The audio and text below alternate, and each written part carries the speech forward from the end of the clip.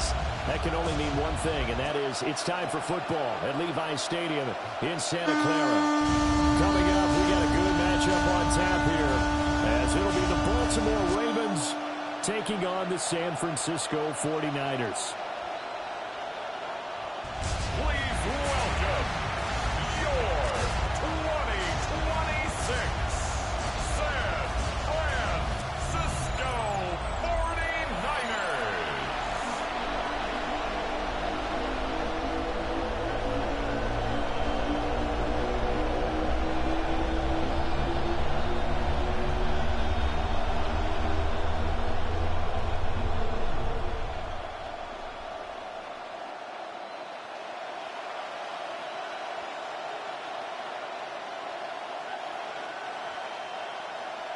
It's a rematch of Super Bowl 47, -1 Harbaugh. The Ravens and 49ers are underway. And up to about the 26-yard line, just across the 25. The Ravens offense going to work, and as usual, it's Lamar Jackson, the former MVP of the league, at the helm. Early part of his career, defenses really had to focus on his running ability, and they still do. But now, he's turned himself into a true dual-threat quarterback. When he plants his feet in the ground and turns it loose, good things happen downfield. 9 yards is the pickup there, and they'll have a 2nd and 1. The success there, Charles, coming on the outside of the field, the ground game. Curious to see if that continues as we progress. Yeah, we often talk about a variety in play calling, and usually between run and pass. But in this case, with strictly the run game, you can be creative there as well. Run it inside, run it outside, keep the defense off balance. That's complete. It's Zay Flowers with it. And he slips up past the 45 before being tackled. 12 yards the pickup there. Good for a Raven first. 2nd and short, that's a rundown, so it's definitely a good time to go play action if you're feeling it. And they do so and pick up a first down. Back-to-back good plays have them on the move on first down. They'll bring the tight end in motion right. Off the play fake. Here's Jackson. And down he goes. The 49ers get there. They'll wind up losing 8 on the sack there, and it's 2nd down. The defense is always talking about not letting Lamar Jackson get comfortable. A good job there on his opening drive of making him uncomfortable. And you're talking about doing it so early in the game because all week long, there's been anxiety on the defensive side of the ball. How do we keep this guy hemmed in? How do we tackle him? To get it done that early, that's got to feel great for them.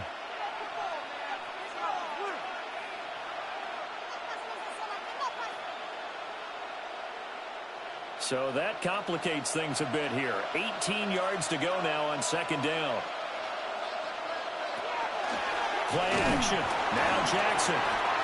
Now a run here off the RPO. He'll keep it. A breakdown defensively there as the scramble is going to set him up with a much more manageable 3rd down. And that is something that we just saw there that you obviously have to be prepared for when you try to defend Lamar Jackson. That likely will not be the last time that we see him take off. I love your language there, partner. You have to be prepared for it. You work at it. But I don't care how much you prepare. It is hard as heck to execute against Lamar Jackson. Great vision, great speed, tenacity, runs through tackles, makes people miss. It's always a long game when you're trying to corral Lamar Jackson. And now a decision here on the opening drive. 4th and very short, this part of the field. What do you think they do, CD? I think you go for it. I think there's a lot of game left to be played. I like the advantage that they're trying to create here early. I say be aggressive and try and get it done. And they'll wind up getting this one all the way down inside the 20. That pickup goes for 25. What a flip of the script. From 4th down to 1st. Baltimore, 1st down. Well, that's what's called being aggressive right there. But I don't know that it's reckless. I think it's much more of a message, hey, defense, I believe in you in case we don't get it. And offense, trying to let him know he believes in them as well. I like it. Your first drive of the game in plus territory. Be aggressive.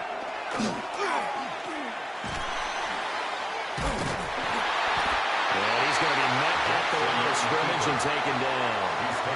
Only a yard on the keeper, and it'll be 2nd down. But not much on that run, Charles. No, that's exactly the way to execute a run blitz there. They guessed correctly that they would move the ball on the ground, honed in on it and stopped him. Mark that down for a win in the defense's column. Slot man moves right. And they'll fake the jet sweep and run up the middle with Henry. And he'll fight forward maybe to the line of scrimmage, but that's all. It's a loss of a yard, so it's back to 3rd and 10. Two things to watch. First is strength and being able to break out that initial contact. But at his size, once you slow his momentum, it's hard for him to get it started again and end up tackling him behind the line of scrimmage.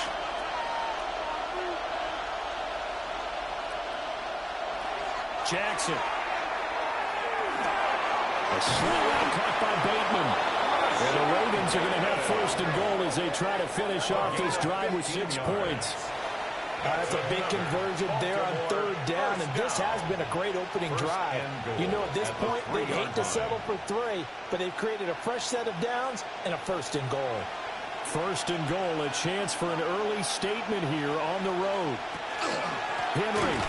Oh, he's going absolutely nowhere as he is hit behind the line.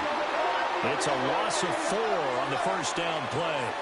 With his size, he's a tough man to bring down, but they do a nice job there stopping his progress and not allowing him to get back to the line of scrimmage. Now from the 7, here's 2nd and goal. They go play action now. Jackson. On the RPO, he'll keep it himself. And he'll take it into the end zone for a Ravens touchdown. Lamar Jackson, a 6-yard touchdown run. And the Ravens get the upper hand as they're on the board first here this afternoon. Well, CD, that was a well-orchestrated drive by Lamar Jackson. Yeah, and how about the way he capped it off, too?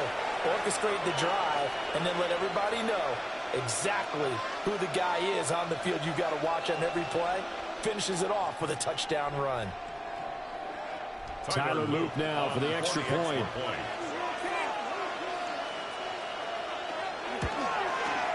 And the Ravens lead at 7-0. So that one a long 11-play drive. And it was capped off by the touchdown run that came from Lamar Jackson.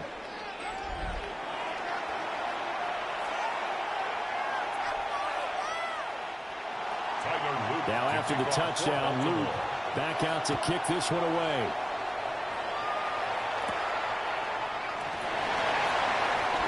Ooh, the jump. And he won't quite make it to the 25. So here's the first drive now for the 49ers. And trotting out there leading them is their 4th-year quarterback. Every quarterback in the NFL has a little bit of his own signature style out there, but for this guy, he really plays the game in a different way. It's led to a couple of double takes from us up here as we see him as something truly unique. It's not that he's just the strongest passer or the best athlete to ever play the position. He just has a certain way of seeing the action, and it allows him to make some special plays out there. 1st and 10 at the 36-yard line. So from the 36 now, 1st and 10.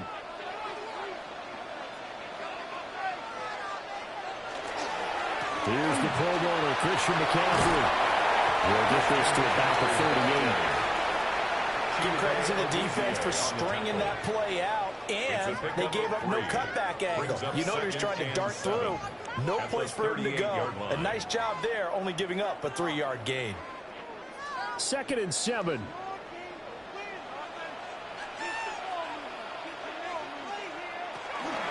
Again, they run again. It's McCaffrey. They'll get about the 3 as he's brought down right around the 42. Well, at that rate, picking up 3 yards a carry, you and I both know that doesn't cut it in this league and trying to get 1st downs unless you're playing 4-down football. Then that's a whole different situation, but I don't think that's what they're trying to do here. 3rd and 4, though, is still manageable. 3rd and 4. Out of the gun, Purdy. He is caught. And he's going to be taken down with the 1st down at the Ravens 36. That 3rd down conversion good for 23. 1st and 10 at the 36-yard line. Well, on 3rd down, he wanted to go to one of his most dependable targets, and that's who he found, his tight end there, to pick up the 1st, Charles. And you use the proper word there, dependable, and sometimes spectacular, because tight ends nowadays, they can do it all. But they're the guys you trust, especially across the middle of the field with his trusted. He delivers, and they pick up nice yardage. That'll go for a gain of 7, and that will bring up second down. That's a staple of this offense. Drag route to the tight end. Yeah, he's unable to use his size to break off much more yardage after the catch, but still an effective gain nonetheless. Now 2nd and 3.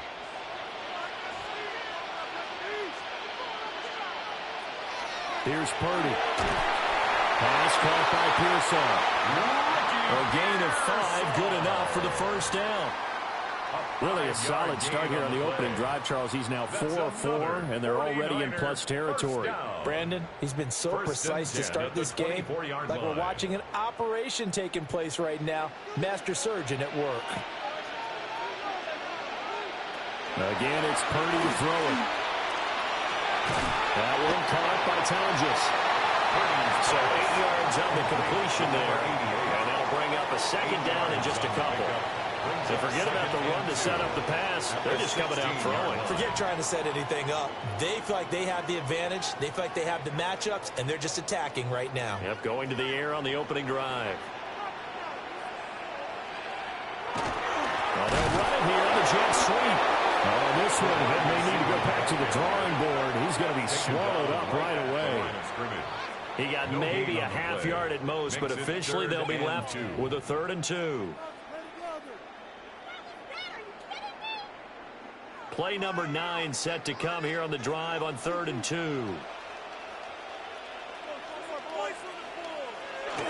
That was a former Raven. This is Kyle Juszczyk.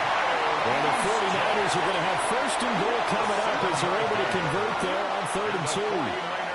They've definitely established a rhythm on this drive, moving the ball quite well. And big man with football is an integral part of the whole thing. 1st and goal, and a chance to get that initial touchdown right back. They'll try to run with McCaffrey. And he will maneuver his way down to about the 7. They'll get 2 out of that run, and it's going to bring up a 2nd and goal. The yards may start getting a little tougher to come by down here near the goal line. That's good work defensively there on 1st down, holding them to a short gain. The line of scrimmage, the 7 now on 2nd and goal. They go play action here. Purdy. Blitz coming, and down he goes. Kyle Hamilton running up from his safety spot and earning the sack. They've gobbled up over 30 yards of turf so far, but a sack knocks them backwards. And that interrupts the momentum they were building. Good opportunity for the defense to escape this drive before they get to the end zone.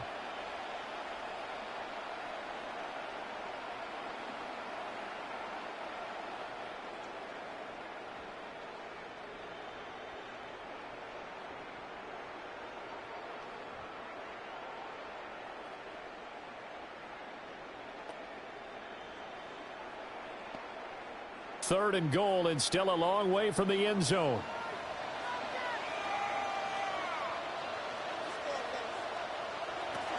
Shotgun now with Purdy. That's over the middle and caught by Pearson. 11 yards, but still not enough. 4th down. Nice job understanding the situation. 3rd and long, kept the play in front of them and made the tackle. They gave up a good chunk of yardage, but it does force a 4th down.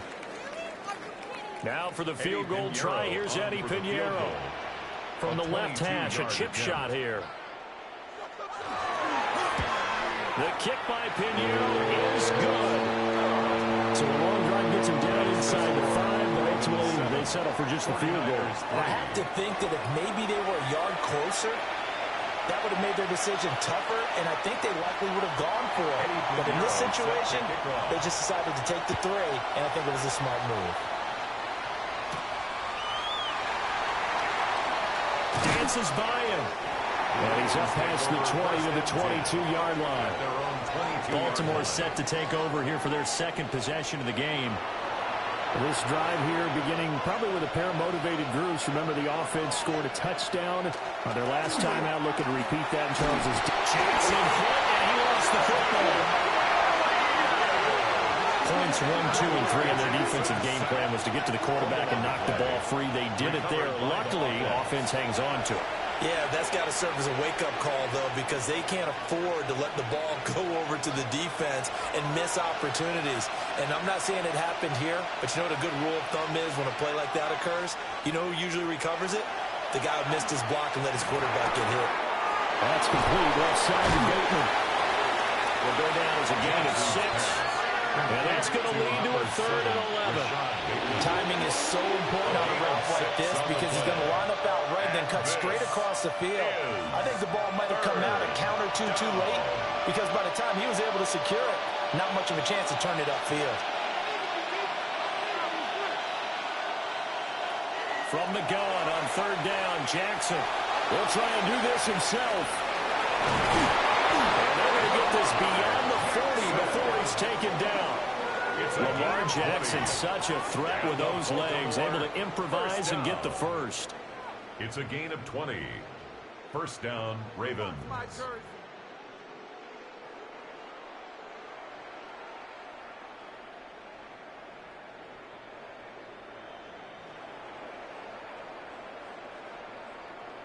Remember, Brandon, he ran for a touchdown earlier, so his decision to go ahead and tuck it and go again turned out to be a wise one. And the decision is what is important here. He has made some good decisions on when to tuck it and go. And this is going to be hauled in by the tight end Andrews. And he's brought down.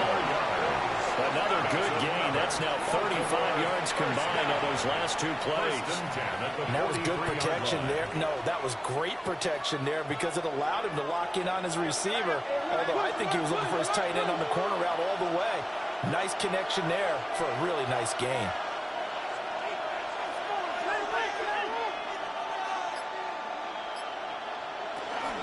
A first down carry for Henry. And he is met at the line of scrimmage, and he goes down right there.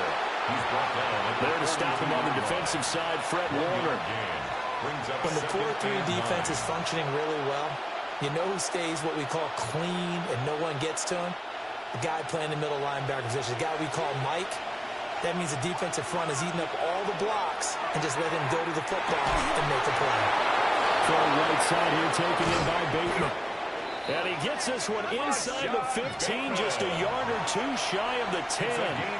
Better than a 30-yard gain as we wind down towards 30 seconds left in the quarter.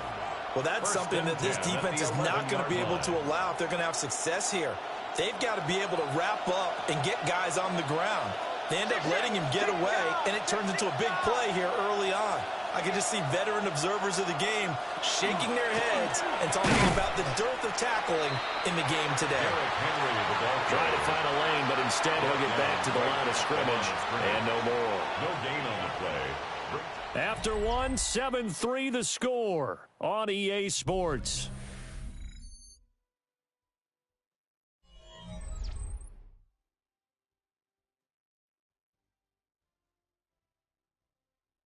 Raven football here as we begin quarter number 2. As they've got it with a 2nd and 10.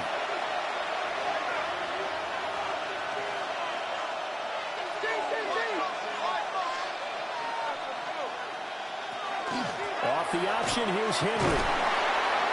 And he'll take this one inside the 10, down to the 8. He'll get only 3 there, so it leaves him with a 3rd and 7 ahead. When a drive goes this long, you have to give a lot of credit to the guys up front, those big fellas, because the offensive line is putting something together that allows them to continue to control the ball. I know a lot of people think they get fatigued on a long drive. Actually, a lot of times the reverse happens. They actually get energized because they're controlling the ball, and they're the ones dictating to the defense. Under pressure, down he goes. Sacked at the 10. Multiple players getting home there, and it's a loss of 2 on the sack. So, Charles, no turnovers yet for this offense, but those sacks now, they're starting to pile up. And one thing usually leads to another because they've got to figure out how the offensive line and everyone else involved in protection can keep their quarterback upright and allow him a chance to throw the ball downfield. Tyler Luke. On 4th down, on is Tyler Luke for the Baltimore field goal. From the right hash, and this one just a chippy. And this one is right through. But now there is a penalty marker on the field, so let's see what this is about.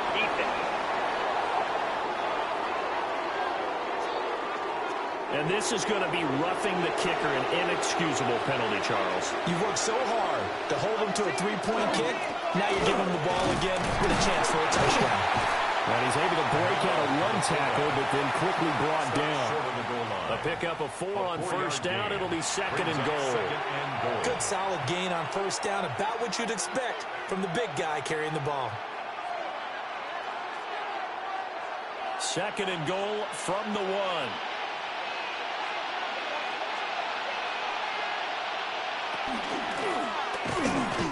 And again, touchdown, Baltimore. Lamar Jackson with his second touchdown here in this first half.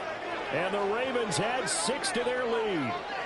Well, that was all Lamar Jackson all the time on that drive, both through the air and in the end with the touchdown run. Yeah, how about him doing things a little bit on the reverse side there, Brandon, because he softened him up throwing the football and opened up the running lanes. And when he gets a little bit of a sliver, he's gone. And that's exactly what he did there. Luke now for the extra point. And this one's right through to make it a 14-3 ball game. A pretty long drive that time. 11 plays all told. And it was capped off by the touchdown run that came from Lamar Jackson.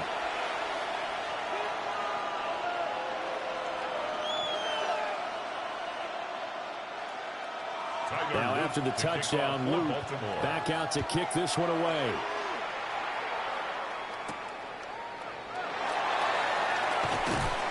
And he'll be tackled just shy of the 25. Back out there comes the 49ers offense ready for their second drive. They trail now 14-3, an 11-point deficit as they start things out with a 1st and 10. The drive begins with a run by McCaffrey. And he's going to take this ahead for right around 3 yards, but no more than that. Second down. 4 yards on the pickup. Well, the end of all that hitting and hollering, it was a 4-yard run, so the offense is going to go back to huddle and feel pretty good about themselves. Defensively, you have to feel okay because you didn't let it turn into a bigger run, but the goal, shut it down for 2 yards or less. That's when you start to feel good about yourselves. He's going to get this one out to his fullback. Now they're going to be dealing with a 3rd and 7 as that one officially a loss of 1. It looked like the defense, they were ready for that one. Really left him almost no room to work after catching the ball. He could throw every move in the book at him. They were there, and they tackle him for a loss. And this offense on 3rd down today, they've been okay. 2 for 3 thus far. This is 3rd and 7. Connects with Kittle underneath. And he'll be out of bounds right off the 40. 3rd catch of this first half for him, and this one is a 1st down. Yeah, these are the types of plays they're going to need to hit on if they're going to get back into this game. It hasn't been the greatest of first halves, but this is a nice throw here on 3rd down, and they keep the drive going.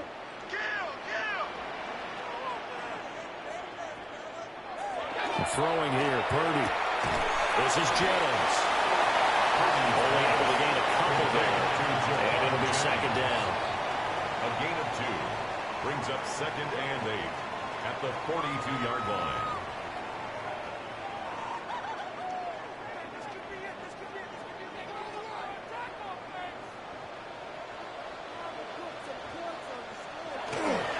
McCaffrey on the counter. And he still has yet to get on track in this first half as they're going to stop him behind the line. They give those 2 yards right back, and now they're looking at a 3rd and 10. Part of the thinking when you bring in extra tight ends, you're hoping that each of your guys gets those one-on-one blocks and creates a crease for your runner. You know what the converse is, though? You've got to win those one-on-one blocks, and when you don't, that's the result you end up with. Back to throw, Purdy. Connects with Kittle underneath. And he'll be out of bounds after getting this one across the 40. Short completion, just 4 yards. And it'll be 4th down. Well, the coverage was tight that time. They allowed the pass underneath to him, but they rallied to him pretty fast, too. Converged on him and got him down. That'll bring up 4th down. Here's Thomas Morstead on now to punt it away on 4th down. And the fair catch is taken at about the 13-yard line here. A 40-yard punt, no return. And the Ravens will get it. 1st and 10 from deep in their own territory. Jackson and the Ravens come up now 1st and 10 at their own 14-yard line. A little jet sweep to start the drive. And not much there at all. He's up only to about the 16-yard line. Credit him with a 1-yard gain there to make it 2nd and 9. A nice play design there with the touch pass. Looked good at the start, but bottom line, the defense was ready. And they did a nice job scouting, didn't they? Not just scouting, but now executing once they saw the play for real after having worked on it all week in practice. They drilled on the play, and then they drilled him. A gain of 2 there on the heels of a 1-yard pickup on first. A gain of 2 on the play. And this is 3rd down. An extra DB for the 49ers now on 3rd. Now it's Jackson. He had a man open, but he missed him, and it's incomplete. That might be the 3rd down stop that they needed because they've had a lot of trouble slowing down this offense in the first half. This might be their opportunity to get off the field. Facing 4th down, Baltimore will punt. Jordan Stout out there. Back deep for the Niners, Sky Moore. Let's take it inside his own 40. It's a 42-yard punt, but 8 on the return. And the Niners will go on offense. 1st and 10. San Francisco set to go on offense once more. Good starting field position for the 49ers as they have it 1st and 10 on their side of midfield at the 47. They start on the ground in McCaffrey. And across midfield he goes into Raven territory. 5 yards is the tally on 1st down. That brings up 2nd and 5. Even though they gave up more than they wanted to on that play, it actually illustrates how well they bottled them up throughout the game because that was his longest run of this contest.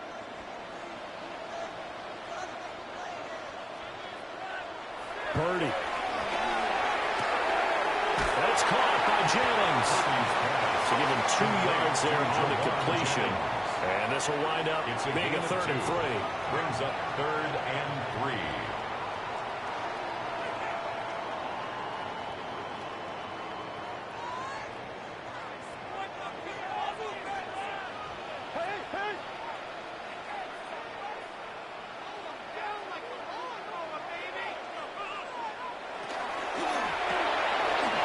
Quick throw completed by Purdy. And he is going to have a 49ers 1st down, I do believe. Yes, he's got it by about a yard there on 3rd and 3. 49er 1st down. 1st and 10 at the That time the conversion comes courtesy of the RPO. And know what it did? It moved the sticks. Nice pickup on 3rd down. Even better decision. Here's the former Raven fullback, Kyle Juszczyk. And he'll get inside the 40 to maybe the 38-yard line. Give him 3 on 1st down. It'll set up a 2nd and 7. A good solid game there on 1st down, but the defense has to be happy they didn't let it pop for anything bigger. Here's 2nd and 7. Now Purdy. They'll set up the screen to McCaffrey. And he takes this just a few yards shy of the red zone before going out. 15 for the Niners there on a 1st down. We can talk all we want about football being a game of strength and brawn. It's also a game of mismatches, and they're trying to create one there, getting it to their back out of the backfield to make a bigger play. As we often say, get it to him in space, let him use his leg. Yeah, if he can get a matchup against a linebacker or maybe a defensive end dropping out in his zone blitz, he's going to win that battle just about every time. And he is out of bounds, looks like right at the 15. A good pickup there on 1st as the screen pass gets him 8. And good yardage there on 1st down because sometimes all you need to do on the screen is get one key block. That might set your man free, and that was pretty good pursuit to the football defensively, or it could have gone for more. Purdy now to throw. This is caught. Touchdown!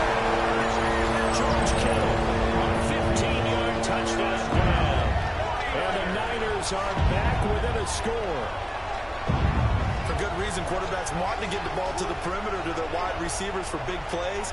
But in this situation, it felt like, based on coverage, he knew that he wanted his tight end to have the football, and for good reason.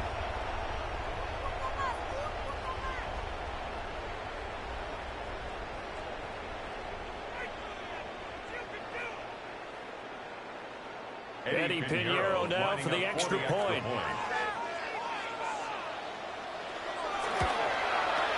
And he's got it. That cuts the lead. It's now 14-10. Makes the score. So that lines up a 7-play drive all told. And it all ends with a George Kittle touchdown.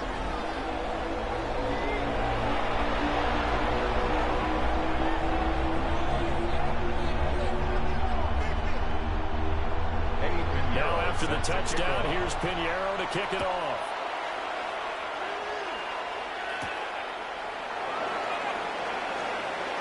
Nice little juke. And they'll get him down inside the 30 to 27. Now the Baltimore offense heading back out onto the field. Obviously not the intended goal last drive. They had to punt the football, but still they've got the lead here, and now a chance to add on to that lead if they can get points on this drive. 1st and 10 upcoming. And that one to the right side and incomplete. It's always tough trying to keep your guy upright when he's trying to throw the football. When you're dealing with those big, bad guys on the defensive front, it's even tougher. And this time, those guys on the opposite side won the battle, getting to the quarterback and knocking him into an incompletion. Now a 2nd and 10. Here's Jackson. They set up the screen for Henry. And he's going to lose yards. They take him down at the 26. It'll go as a loss of a yard, so now they deal with 3rd and 11. Heck of a play there to get to him quickly and get him down for a loss. I think they did a really nice job getting ready for this game, scouting, watching film, and understanding defensively what the play design was.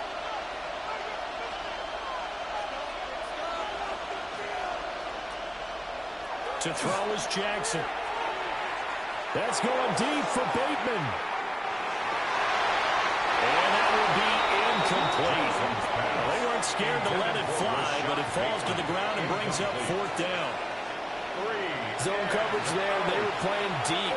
That makes it obviously a little bit harder to run by guys. And that time, there's not much of a window to get the ball in there, and it winds up incomplete. 4th down, and out comes Jordan Stout here to punt.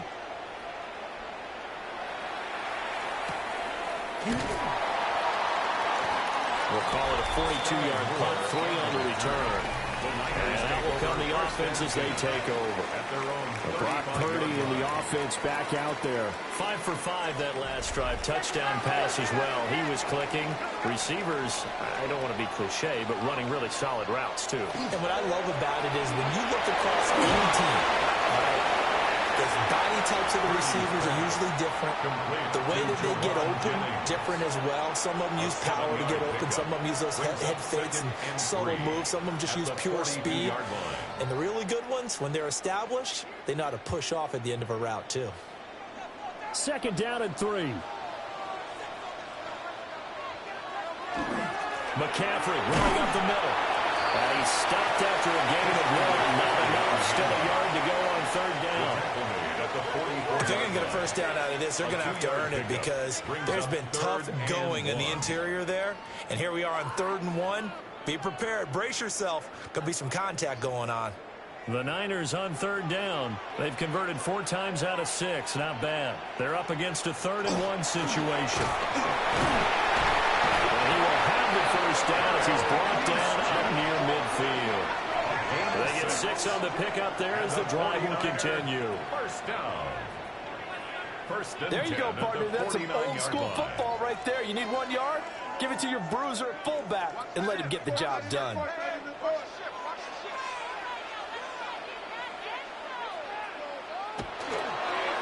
1st down, this is McCaffrey.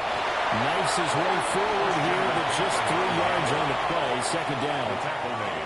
That's just a pile of bodies there, and that's when you kind of find out who's a tough guy, right? Who can stand up and make a play. It was only a 3-yard run, but for both sides, they had to walk away from that feeling like, okay, I can stand up when the going gets tough in here. Purdy looking to throw. Open man is Kendrick Bourne. And he's going to be taken down with the first down at the Ravens' 36. It's a gain of 11 yards that time, and it produces a new set of downs. And maybe that touchdown on the previous drive has re-energized this offense a little bit. They've been kind of sluggish until then, but they're showing signs of life here, and they get good yardage that time and a first down. Up the gun, McCaffrey.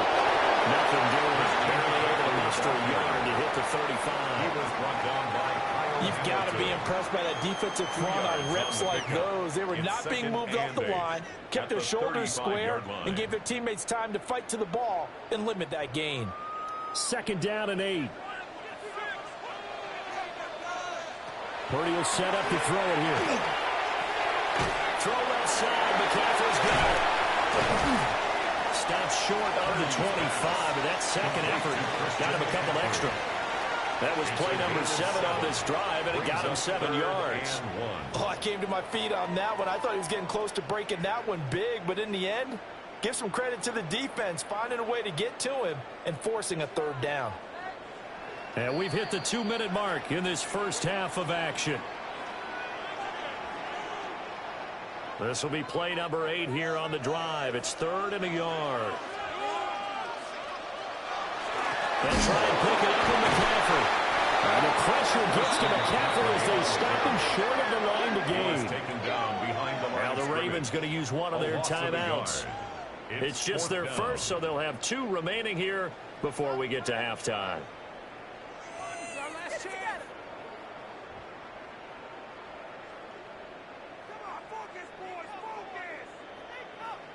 They'll pass up a field goal attempt. It would have been a 45-yarder. Now they'll go for it on 4th. Back to throw. Purdy. Working in the middle of the field, and he's got a man complete. And he'll be taken down, but he does have first down yardage. Well, we kind of looked at each other as they decided to go for it, but in the end, great execution, a 6-yard gain, and it all works out. So after the conversion on 4th, here's 1st and 10 just outside of the red zone. Looking to throw. Purdy. And he's going to drop this down to McCaffrey. That's good for a gain of 6. And it's 2nd down. The defense was ready for the back to leak out and even had a second player waiting to double him up. If you're going to commit to doubling a back, you better prevent a completion, but give him credit. Extra determination, extra effort, turn it into a successful play.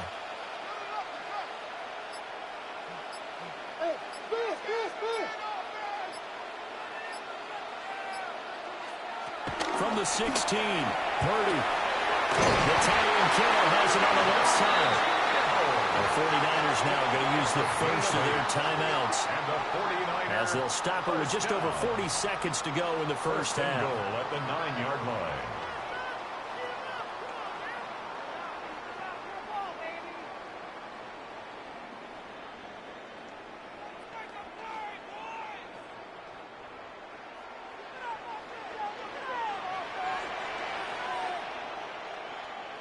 Once more, Purdy looking to throw.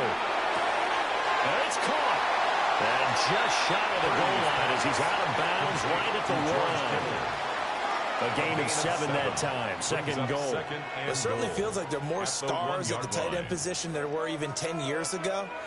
And I think it's become more of a glamour position because of the ways it can hurt a defense, and guys want to be involved. They can be in line, close to the line of scrimmage. They can split out like receivers. But hands. Christian McCaffrey from a yard out.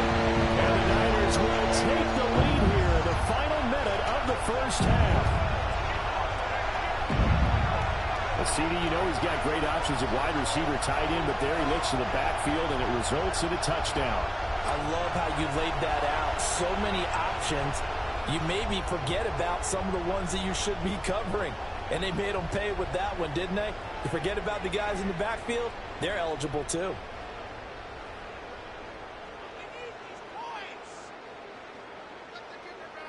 Pinheiro now to add the extra point.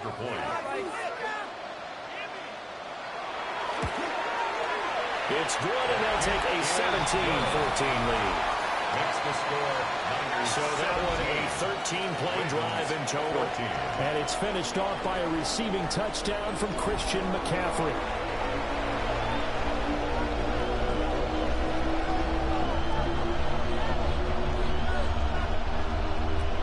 Now after the touchdown, here's Pinheiro to kick it off.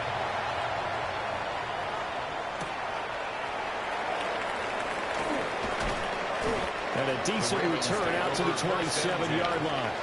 The Raven offense going to take over late in this first half. A slim deficit here in a one-possession game. Not much time left, obviously. We'll see if they can march this down the field, at least get 3 and take some momentum into the locker room. And that one will fall incomplete. Clock here now just under 30 seconds to go in this first half. To this point, I've been impressed with the work defensively. They have not allowed a lot of receivers to run free. And there's another example, another incompletion. Here's 2nd and 10. They'll send a receiver in motion left. From the gun, it's Jackson. They'll get this to Flowers, left side. And he's out of bounds, able to take this one up to the 35. That'll leave them with a 3rd and 2 coming up. They got 8 yards there. And this is 3rd down. They'll come to the line, needing only 2 yards to gain the first here. In motion left, Flowers. Here's Jackson to throw. They'll find the open man. That's complete. The Ravens going to use the 2nd of their timeouts, as the clock will stop with 18 seconds to go in the first half. Good strong throw and catch right there. And so far in this game, the alleys have been open for them to get completions, and they're taking advantage of it.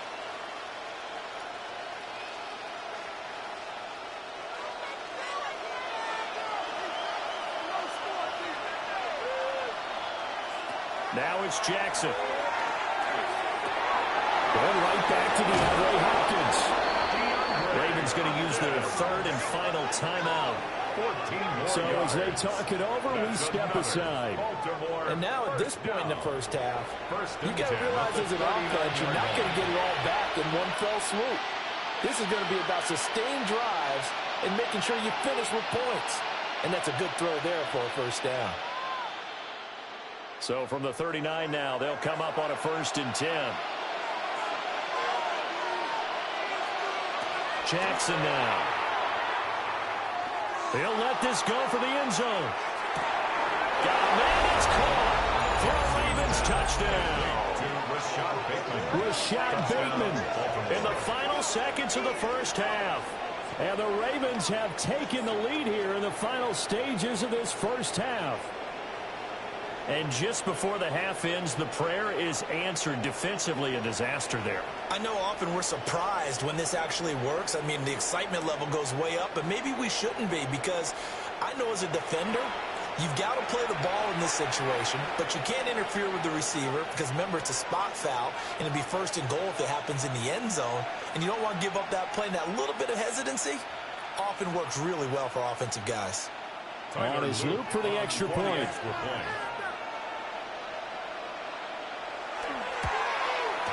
It's up and good to make it 21-17. So that drive spanned 5 plays. And it's Rashad Bateman who finished it all off with a touchdown.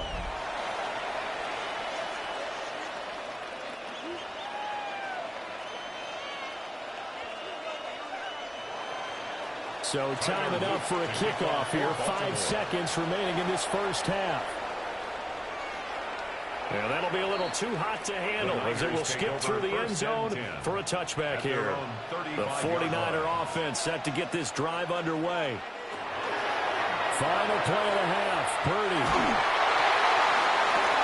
And this is caught. Jennings. Now he's going to get this all the way down inside the 35. So halftime here out west. Let's go east. That's where we find Scott Hansen with our EA Sports Halftime Report.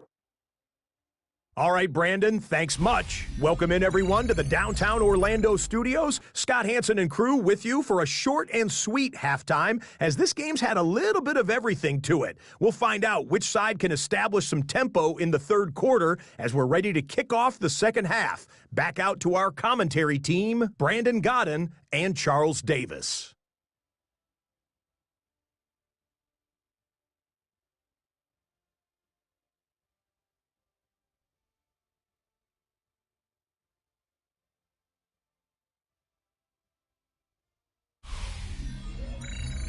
Scott, we thank you as always, and we'll see what happens here in the second half. Both teams trying to find the right formula to come out with the victory. Both these offenses have been in fine form. What will the second half bring us as we are underway in quarter three? And out a little across the 25 to the 27. Here comes the 49ers offensive unit as they'll have it first to begin this third quarter.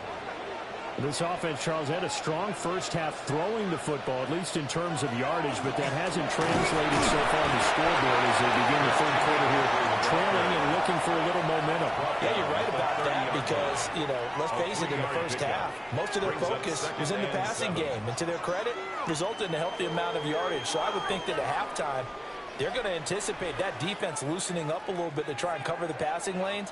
They've got to get the running game going, and there should be some gaps to run through now. Here's Purdy. Pass caught by Pearsall. And he showed some fancy footwork on the juke, but then quickly taken down. It's a gain of 5. Brings up 3rd and 2.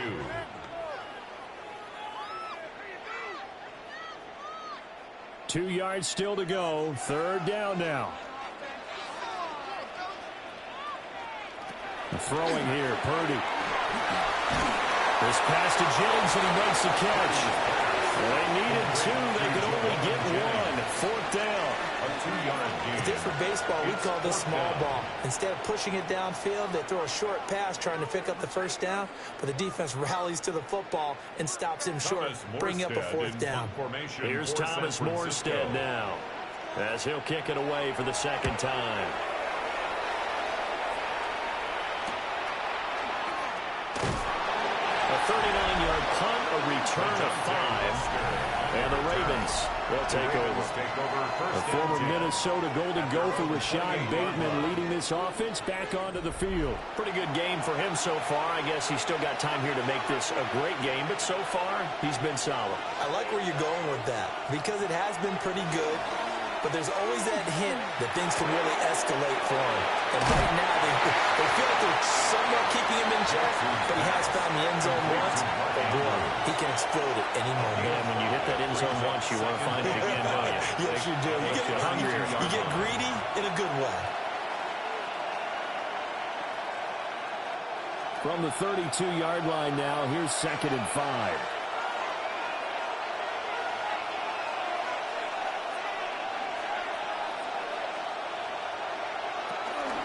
Off the option, here's Henry. And the second wave of tacklers is going to get him as they stop him behind the line. A loss on that play, and now third down gets tougher. 3rd and 6.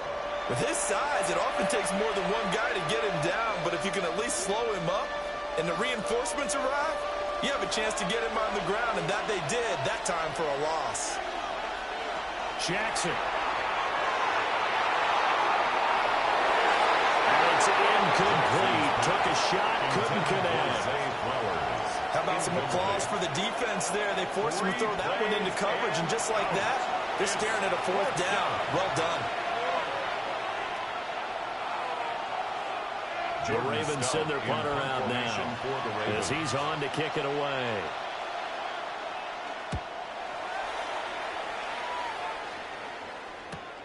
Returning it is Moore. Only a 44-yard boot, just a yard on the return as he's covered up quickly. And they will take over 1st and 10. Out on the field now, here come the 49ers. And the points, they have come fast and furious in this quarter. You really don't want to be on the defensive side of the ball right now, do you? Because you're either thinking, My replacement may get an opportunity. Your head better be on the switch. Totally. Or maybe I just need to get out of the game for a while because I just can't slow these guys down. They've got to figure out a way to disrupt these offenses. And typically, one guy makes a big play, and that can help change things. They'll be looking for disruption on both sides right now. Well, they have the run for no gain. Now they'll try again from the 25 on 2nd and 10. Wide open receiver complete. And they finally get him down, but not before he reaches the 34. A big play there for the Niners. 41 yards. And the offense is saying to itself right now, only they were all this easy because he was wide open. And once he made the catch, plenty of room to work his way downfield. That was a breakdown on the defensive side of the ball, one that they want to fix immediately. Shotgun handoff now to McCaffrey. And he's going to get 7 on this before being taken down at the 27. Getting out a ton of success here so far, but you get the feeling that he might be on the verge of popping one. Yeah, even on that one, there was a little bit of a hole, but it closed there quickly at the end. Ball on the 27. Here's 2nd and 3. They stay on the ground. McCaffrey again. And they'll bring him down at the 18-yard line. 40 yards rushing forward to the ball game now on 14 carries. First down. 1st and 10 at the I think I like this drive a little bit line. better there, partner. Running game helping out, picking up some of the slack. Because remember the last drive, they went 3 and out.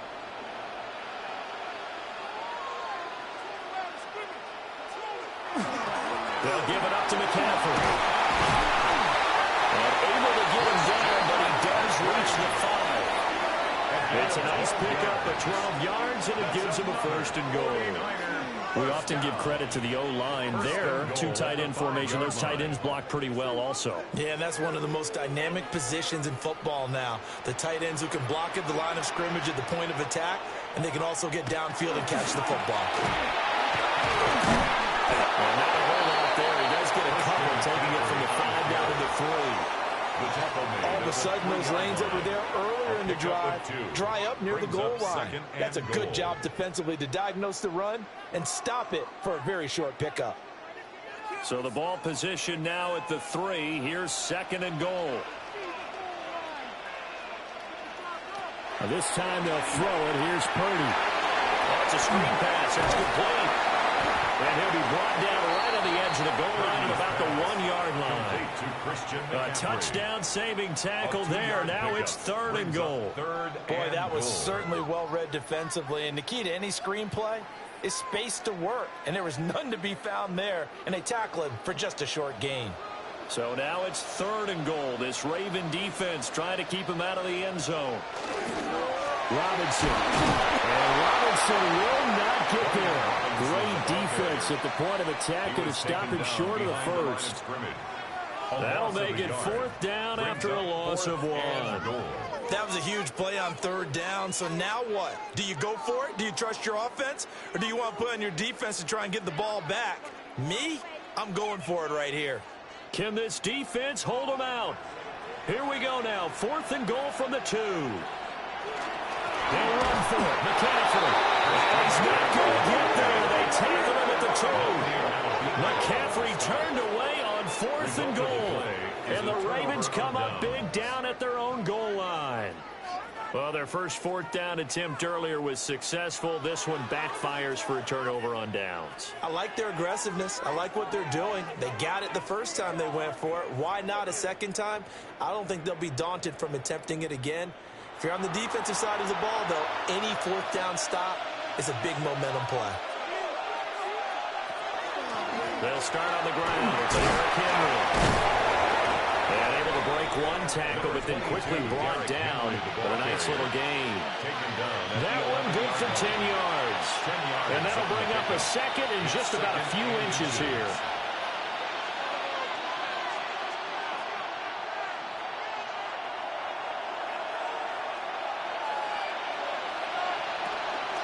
Tenth carry now for Derrick Henry. And he tried to bounce it outside, but they'll stop him behind the line. They go backwards there 2 yards, and 2nd and 1 is now 3rd and 3. I like the strategy. Extra tight ends, extra beef. They want to run the football, but that means they probably want to run it inside. If you get strung out on the perimeter, you're in peril. Yeah, we saw the result, negative yardage. And they'll run the option on third and short yardage. And he'll have the first down as he's up to about the 18. 9 yards. 9 yards that time. Baltimore first down. First and 10. And this is one of those plays that if you can use it to keep the chains moving, it's a good play. And not only that, it tends to tamp down the pass rushers because they have to recognize this play and stay at home. The quarterback uses it well. Read option, keeps it, and picks up a first down with some nice running. And he gets it here to right around the 24 before he's out of bounds. Call it a gain of 6 on the play, and it's second down. So it appears that they read man defense and went to the out route, and what you have to do on that one is the receiver's got to make sure he works the defender towards the middle of the field to give himself space to cut to the outside and have that ball delivered with good timing, and they got it done. Off the option, here's Henry. And he'll fight forward to about the 27-yard line. They give him about 4 on the play, but he's marked short, so it'll be third and about the length of the football.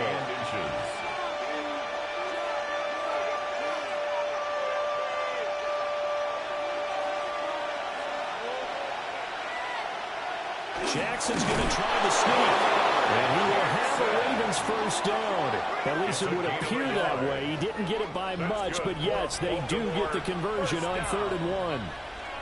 It's no accident they've been moving the ball well all game long. This offensive line has done an excellent job adapting to everything the defense is throwing at them and creating holes for their runners. Play action. Now Jackson. And he can't find a receiver, and he's brought down. And Nick Bosa so quick on the outside. He gets in there to bring him down.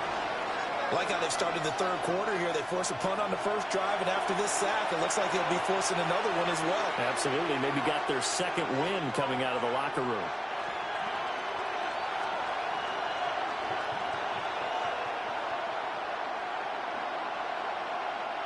The sack cost him only a yard. It's 2nd and 11. Throwing is Jackson. It's complete to Hopkins. So the pitch and catch good for 11. And they'll be faced with a 3rd and inches. Brings up 3rd and inches.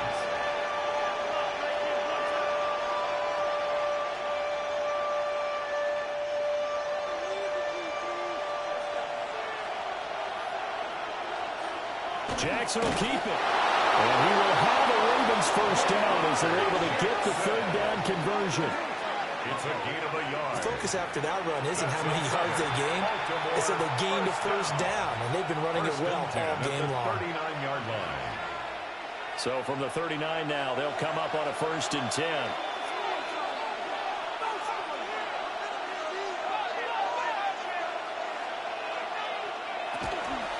Running from the gun with Henry. And somehow he's going to get a yard out of this as he fought through that first contact. It's 2nd down. 1-yard gain. In the first half, he was held in check on the ground, but despite that lack of production, they still have the lead. Yeah, and they've got to feel fortunate about that. If they could actually get production from their lead horse, that would help open up this offense and widen this margin, too. Now Jackson.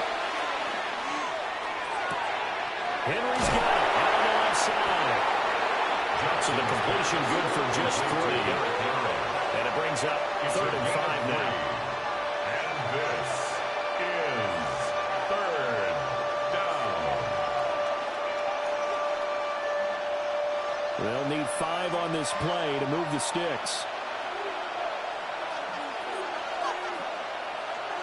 From the gun on 3rd down, Jackson going deep for Hopkins. And unable to connect, incomplete. Now give them credit, they took their shot, but it's going to bring up 4th down. It's always a goal, and it's really nice defensively when you can rally to the football and make sure there's enough contact to force an incompletion. Force an incompletion and force another punt. The Ravens send their punter out now as he'll punt it away for the 4th time today. And And no return on this one as the fair catch is signaled for and taken. The 49ers offense and Brock Purdy getting ready for this next possession. And he's been a nightmare to scheme against throughout this one. This defense has been totally taken apart, and that is borne out in his numbers. He's been terrific all game long. They'll try to get the running game going with McCaffrey. And he fights forward for a modest 2-yard gain, second down. Well, any lane that might have been open there was closed pretty quickly, and that's because the defensive front, they won that battle at the point of attack at the line of scrimmage. They used great leverage, held their spot, and stacked him up. Another run with McCaffrey on second down. And he'll be out of bounds right around the 20. 4 yards on the pickup there as it'll leave him with a third and about 4 for first. When you find that kind of yardage, you couldn't be more confident as a ball carrier. And guess what? You're going to go back and tell your offensive coordinator, I'd like to keep carrying it, thank you. Here is third down and 4. Purdy now to throw. That is caught. He's going to have the first down and more than that. And all the way up to the 45-yard line. It's a gain of 25 yards that time. And the 49ers, So he turned to a trusted, familiar face in that third down situation. It paid off. Yeah, you go to your veteran receiver in that spot, so you can't underestimate him when he's on the field. Defensively, make sure you know where he is because he understands how to get open in key situations. And across midfield he goes into Raven territory. 70 yards rushing for him now in the ball game. That play wasn't quite as big as the play that preceded it, but still, gotta like the way they're moving the football, partner. Absolutely. Pretty good room to run on that last play. Yeah, they didn't get a first down, but still, you'll take runs like that each and every time, won't you?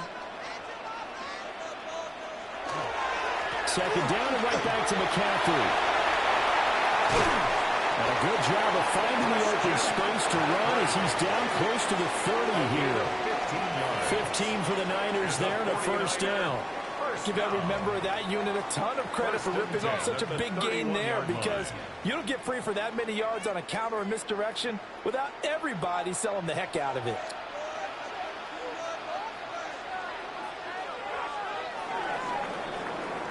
And they're not going to get to the line to run another play. So we will switch ends as the third quarter has come to a close.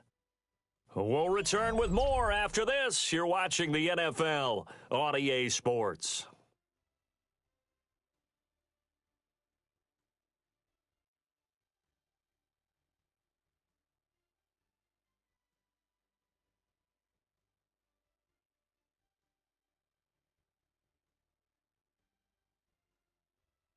Back now here in Santa Clara. It's 49er football, but some ground to cover. They find themselves behind as we hit the fourth and final quarter.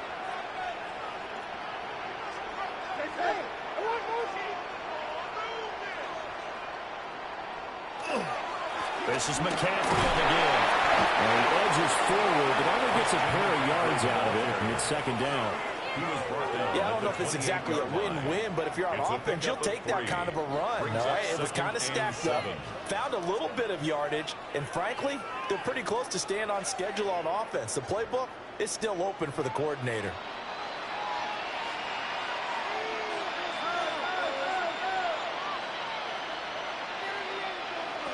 Now Purdy. Finding Bourne here over the middle. And he's going to be taken down with the first down at the Ravens 16. Give him 12 yards on that one. It earns him a fresh set of downs. At the 16-yard line. They couldn't ask for much more to this point in the second half. A gorgeous day, one-score game. First and 10 here.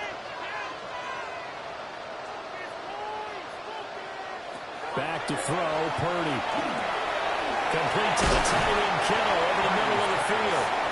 He's down inside the 10 to the 8, and it comes on a gain of 8. Now that's staying ahead of the chains. Really good pickup on first down, hitting the tight end there.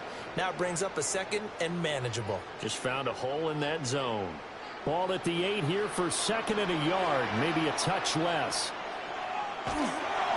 Back to the ground attack here is McCaffrey. And he stopped immediately there. He winds up giving a yard back there, and now it's 3rd and 2. They have 3 tight ends in that formation. That's almost a universal sign that they're planning to run the football. But how about the defense there? They met force with force and caused a stack up behind the line of scrimmage and threw him for a loss. The offense on 3rd down. They've converted 6 times and could use a 7th here. Here it's 3rd and 2. So they'll get nothing out of that play. And that's going to bring up the 4th down. Excuse my snarkiness here, but isn't the idea of completing a pass supposed to mean you get downfield and gain yards? Especially on 3rd down. Yeah, that one. How about the defense? Figured that one out in a big way. Yeah, they completed it all right and lost yardage.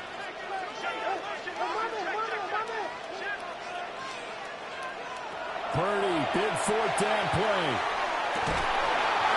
It's complete. In the end zone, touchdown for the Bills. Ricky Pearsall From 8 yards out. and the 49ers put together a 4th quarter drive to take the lead. He took the hit when he threw that ball. Maybe the O-line just thankful that that worked out for a touchdown. Yeah, because, you know, their pride is don't let that guy get hit, no matter what, under any circumstances. But anytime it pays off in a touchdown, they'll figure out how to block a little bit better going forward. Now an important extra point here to stretch this lead to a field goal. He's got it, and this is indeed up to a 3-point lead. Makes the score Niners. So that one a long 11-play drive. And it's polished off by a touchdown for San Francisco.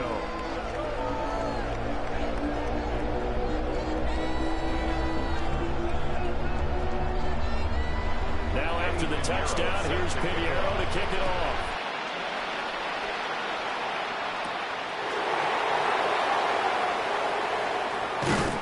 And he brings us out past the 20 to the 24. The Ravens offense now, they get set to head back on the field. And now they'll look to answer working from behind. And remember, this offense has stuttered yet to score here in the second half. They'll need to change that here. And he gets this one just shy of the 40. They mark him down at the 39. It's a gain of 16 yards right off the bat and a first down. First down. They held him in check in the first half, but that's his longest carry of the game right there. So would this be the definition of fresh legs since he didn't get much done in the first half? Now he has a great opportunity. He's taking full advantage of it. And they'll let the quarterback keep it here on 1st and 10. And he'll be taken down just shy of midfield. Give him 10 yards on the keeper, and it'll lead to a second down. Pretty nice play here. They go read option, read the defensive end, and when he claps down inside, how about the quarterback pulling it, keeping it, and not only getting to the second level, but picking up some really nice yardage. Very, very well read. Off the option, here's Henry. A gain of 5, good enough for the first down. They really needed to get something going, didn't they? They had punted on the last 2 possessions. The running game starting to come to the front for them, providing a nice pickup there to keep this drive going. So signs of life in what's been a dormant offense in this second half. Here's 1st and 10. They'll run it again with Henry. And nothing doing. He's immediately taken down at the line of scrimmage. Just a yard on the first down carry, so it's 2nd and 9.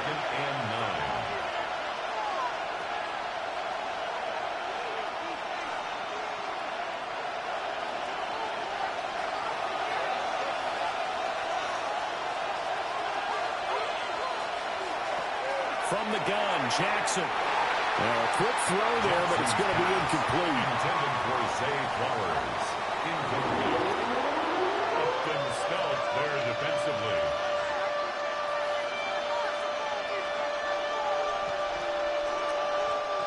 A field goal from this spot likely out of the question. They've got to get closer here on 3rd down.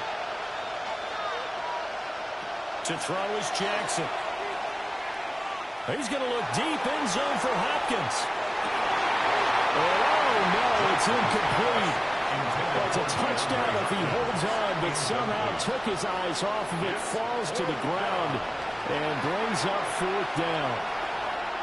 Trying to erase that deficit all at once. One big shot. He took it. Unfortunately for him, incomplete. The Ravens send their punter out now as he's on for the 5th time here today. And they won't get a chance to bring this one back. It goes out of bounds, back near their own 20. The Niners offense and their quarterback ready to go once more. And this defense might be about ready to wave the white flag. Nothing they have tried to throw at him has been that successful. He just processes things so quickly and makes a right read seemingly every time. Purdy. That's over the middle and caught by Pearsall. And this will go as a gain of 7 as he gets it to the 30-yard line. 8 yards on the pickup. Brings up 2nd and 2 at the 30-yard line. 2 yards to go, 2nd down. From the shotgun to McCaffrey. And nowhere to run on the interior of that defensive line. He'll get back only to the line of scrimmage. He got maybe a half yard at most, but officially they'll be left with a 3rd and 2. The Ravens bring out an extra defensive back here on 3rd. Bourne going to go in motion right here. Out of the gun, Purdy. Working the middle of the field, and he's got a man complete. And he's going to have a Niners 1st down as they get 5 there on 3rd and 2. And that pickup of a 1st down, that's going to leave a mark because they really needed to stop them there, didn't they? So frustrating. Defensively, you're a play away from getting that football back here down late. Tough. Now they've got to find a way to create a turnover or takeaway. Otherwise, this will probably get away from them. And he'll be taken down, but not before he works it past the 50. The Niners passing game in sync now. They've got another 1st down. These guys are running offense like you drive. The pedal is down, stomp down. How about that? Back-to-back completions. They are rolling. So much for being conservative and running that football.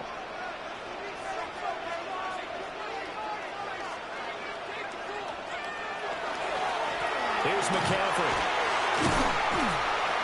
As he's got this down inside the 40 to the 39. 96 yards rushing for him now as he has been tremendous all day long. If you can keep getting gains like that, Charles, with the lead here in the 4th quarter, I mean, keep running it, right? No doubt about it, but what the offense coordinator has to do is understand. They're going to continue to stack the line of scrimmage. What runs do you have in your arsenal that'll work against a stacked box and continue to move the ball? And he's going to be met at the line of scrimmage and taken down. No gain on the play, and now they're faced with a 3rd and 1. No gain on the play. Now, obviously, that's some good work there defensively, being able to stop them and bringing up a key 3rd down.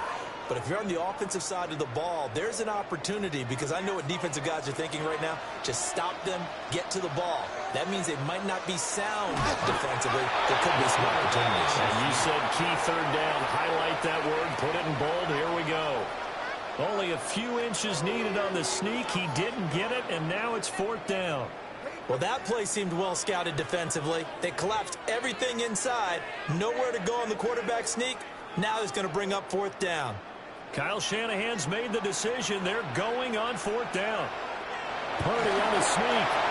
That'll be touchdown here, but not before he does pick up the 1st. They only got a couple, but a couple's all that they needed as they convert on 4th. I think in this situation, all you want to do is make sure your guys are set up front. No one jumps, no penalties. Sometimes we even call cadence, just go and pick it up. Yeah, because it's on them. I mean, the quarterback's job's pretty easy there. It really is. You talk about inches, just go get it. And he's going to be hemmed in and brought down right at the line of scrimmage. The big man, Nnamdi Madubuike, there on the tackle. Nice job there defensively to clamp down because really they've been on their heels this drive. Agreed, and they really needed that one for confidence, just to feel a little bit better. But I don't know if I would be daunted by them stopping me on one run. This drive has gone pretty well. I could come right back at home. And he'll be taken down at the 34. After getting stuffed on 1st down, not much better there. 2-yard gain.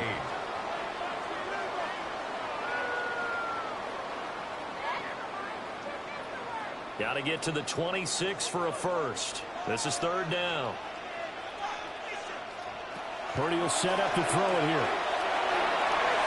And that's knocked away. Incomplete.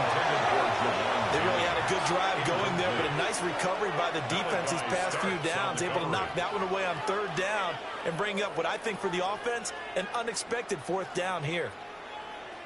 A big one coming for kicker Eddie Pinheiro. This to swell the lead to 6. This is up and good from Pinheiro. And that will double their lead as it's up to 6. So they get the 3, but you wonder now, is that going to be enough? Excellent question, because when I look at the smiles on that side of the field, they're a little tight, aren't they? If they had scored a touchdown there, those would be big half-moon grins right now because they'd feel a whole lot better about their position. And a touchdown in the other direction, all of a sudden they're down. Now a crease here as he's past the 30. Now that should give him a spark. He's across the 40 to the 43. And now Baltimore gets set to take the field. See if they can put this drive in the end zone, Charles, because it's been a little bit of a rough go at times. They've had to punt the football a ton in this ball game because of stalled out drives. So are you saying that you're kind of tired of seeing the punter run out there and do his thing during this game? Is that what you're trying to say? Well, I mean, I'm okay with it. I have a feeling that this offense, they don't want to see the punter again. And frankly, the punter doesn't want to run out there anymore himself. He would love to see his offense put together a drive and give his leg a rest. So now they have to contend with 2nd and 13 after the first down run goes backwards. Throwing the out route incomplete. It's Flowers. Jackson's pass. Tell you what, he's been able to put the ball in some tight spots all game long. That throw, no different. Yeah, a lot of people would call it a gutsy type of a throw. I think he looks at it as, I can do it, so it's not that big of a deal to me. I'm going to keep firing. This is 3rd and 2. Maybe the biggest play in this football game. And Bateman will go in motion right here. And he's going to have a first down as he's brought down at the 44-yard line. They're able to convert with a gain of 4. Baltimore, first down. I do know that owners, when they watch their quarterbacks running with the football, they usually hold their breath because that's the franchise. But when you're getting that kind of a game, hard to argue against calling it. This time, Jackson will throw it. He finds Hopkins complete. And he's taken down inside the 30. 16 yards on that one and a Raven first. That's another Baltimore first down. A gain of 16 yards. First down, Ravens.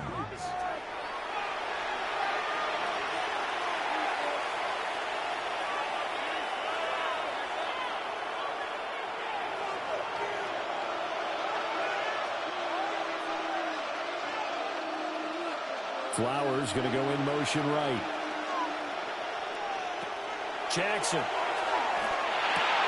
Going right back to DeAndre Hopkins. And he'll go down right on the edge of the red zone following a pickup of about 7 or 8. It's a gain of 8. Brings up 2nd and 2 at the 20-yard line.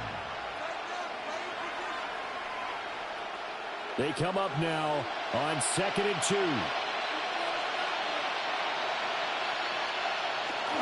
Henry will get it. He's been busy today. And able to get this down inside the 15, either the 13 or 14 before he's out of bounds. That's another. Yeah, once more, strong running, excellent blocking at the point of attack. They've got a nice little drive brewing right here. All 3 timeouts plus the 2-minute warning. Here's 1st and 10. On the option right is Jackson. That is into the end zone for a Baltimore touchdown. Lamar Jackson, a 13-yard touchdown run. And the Ravens are an extra point away from taking the lead here in the 4th. This defense, so many things to worry about in the red zone area, but you'd have to almost think that Lamar Jackson running the football, that might be number 1. It should be number 1, and in this portion of the field where things shrink a little bit because the receivers can't run past anyone because they'll run out of real estate, you should have all eyes on Lamar Jackson when the ball is snapped and try and keep him back in the pocket. Yeah, I don't think that they were surprised he was running it there. They just couldn't stop him, and he ends up in the end zone. They do tack on the extra point as well. And that is going to put them on top by a point, and it sets us up for quite a finish.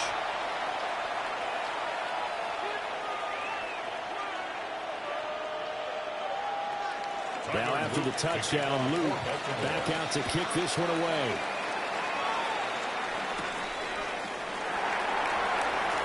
A beautiful fake. And he'll be stopped up at the 25. The Niners offense and their quarterback set to take the field once more. And you get a look at the numbers, they don't even tell the whole story. This has been a tremendous performance to this point. The San Francisco offense ready to start their next drive. And last time able to get 3. That's not what they wanted. They wanted 6, but they got at least something. They mustered something out of the drive. They'll take it. I like the way you've described it. Not ideal, but they'll take it. Anything to put some points on the board. But this time on offense, they don't even want to see the field goal kicker trot on the field. They want that ball in the end zone. They'll be going for 6. Gets by him, and now a little daylight. Partner, you got about 20 coaches on your payroll, but there's 60,000 of them in the stands. I don't think any of them like that play. And the later we go, it's starting to sound like 100,000 in here. They'll come to the line. This is 3rd and 3. Here's Purdy. This is Robinson. And he tackled about 2 yards shy of the line to gain. A 1-yard pickup leads to 4th down. A 2-yard gain. They got the completion. Now, they probably had 2 plays called in the huddle, so they've got to get to the line of scrimmage, get set, and run their 4th down play. Here we go. This is 4th down. Purdy to throw. Able to find the open man. That's complete. The 49ers now going to use the first of their timeouts as they'll stop it with 40 seconds remaining in this 4th quarter. 1st and 10 at the 39-yard line.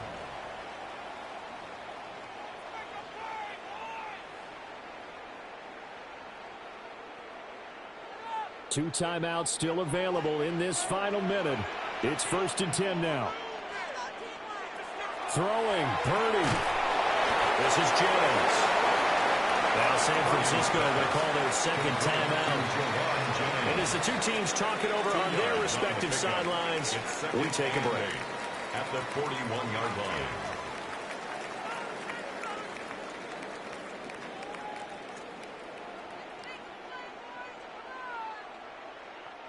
Second down, 8 yards to go. To throw is Purdy.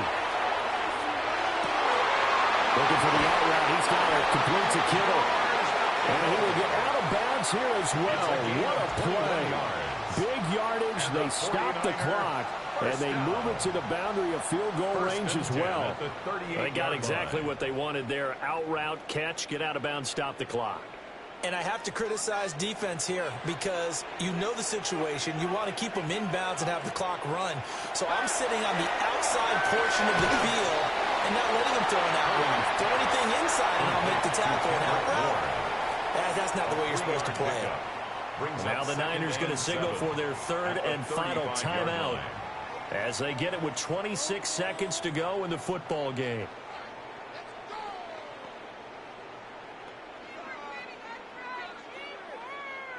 Here's a 2nd and 7.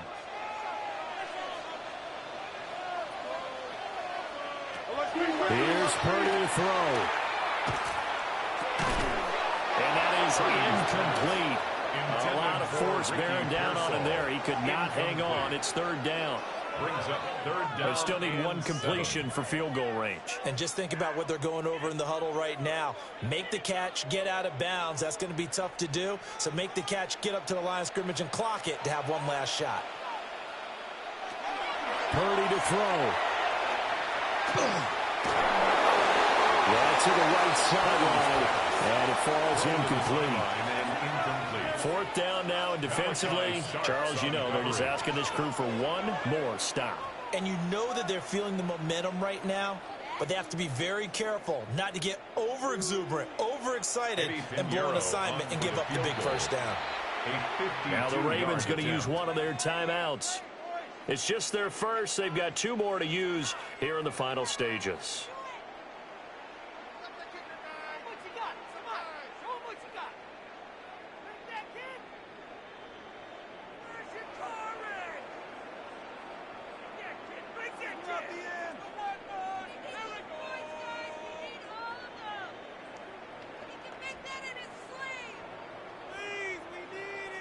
So on 4th down, out trots the kicker in a big spot here.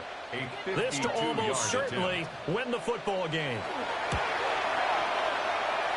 The kick by Pinheiro is good. And the sideline celebrates as they have taken the lead in the final minute.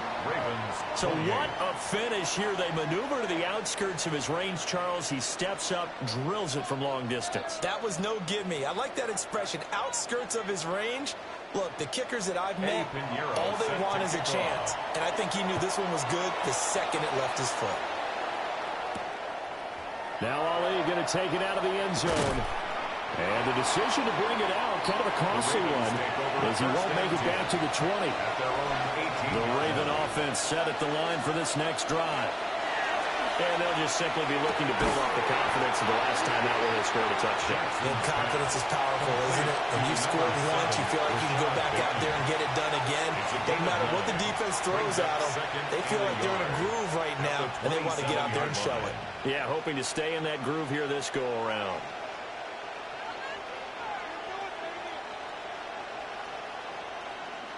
Here's 2nd and a yard.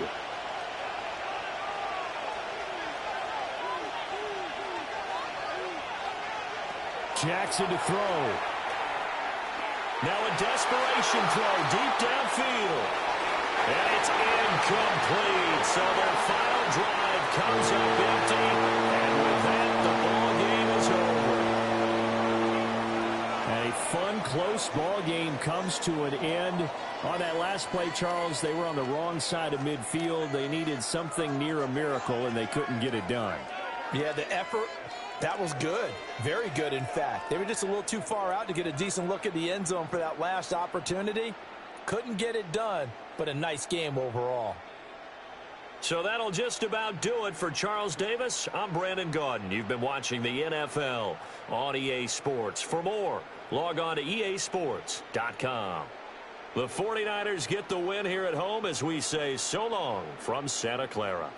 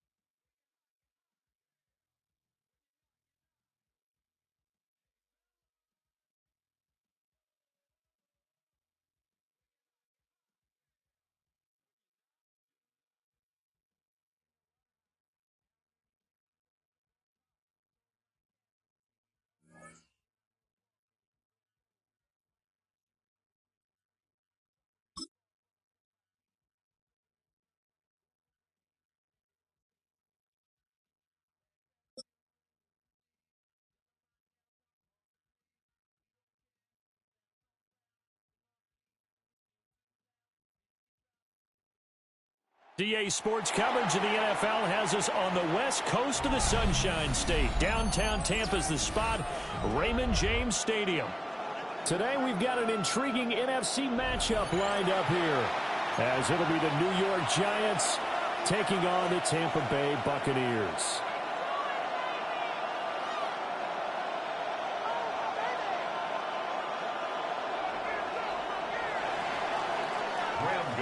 To kick off for New York. The kicker, Graham Gano, set to put his foot into this one. And off we go from Tampa.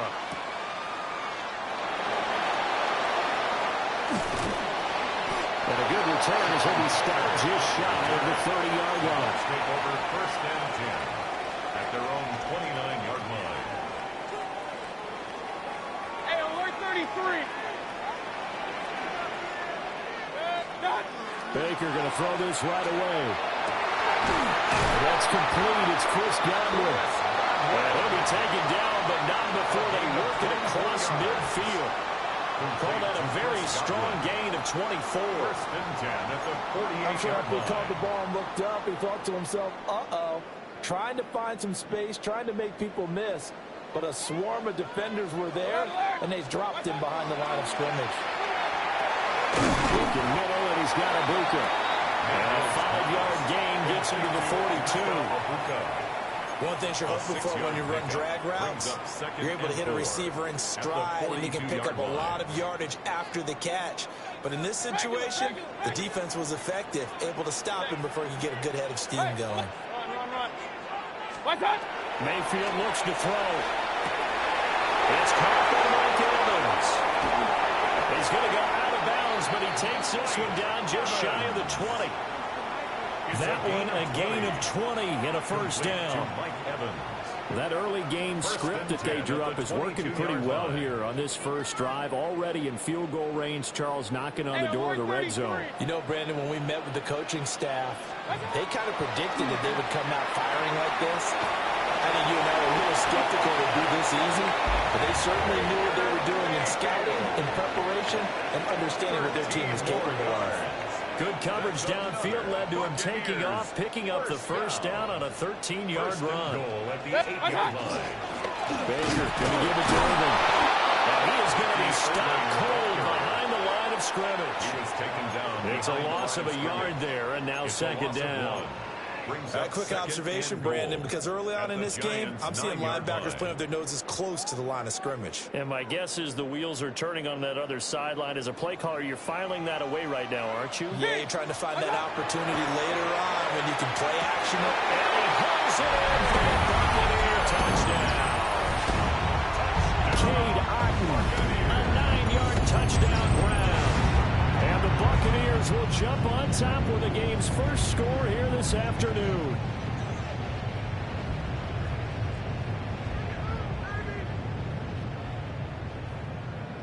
Chase McLaughlin on for the extra point. And that one gives the Bucs a 7-0 lead. Next to score, Buccaneers 7, Giants nothing.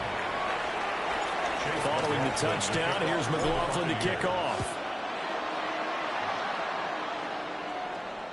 And that is over the back line of the end zone. It's a touchback, and they'll bring this out to the 35-yard line.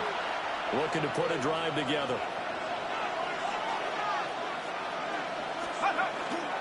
Now the former Sun Devil, it's Cam Scatterbury. And he is met at the line of scrimmage, and he goes down right there. No gain on the play there. Second down. At the 35-yard line. Throwing, dart. Now a run here off the RPO. He'll keep it. And he'll be out of bounds after getting this one across the 40. I did like his decision-making there to make sure they picked up something instead of forcing the throw. Now they got more manageable play coming up to try and pick up the first down. And His first throw of the game going to be intercepted.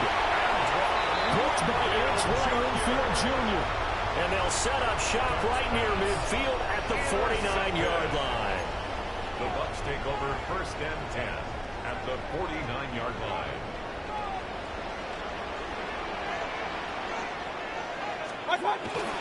On 1st and 10, here's Irving.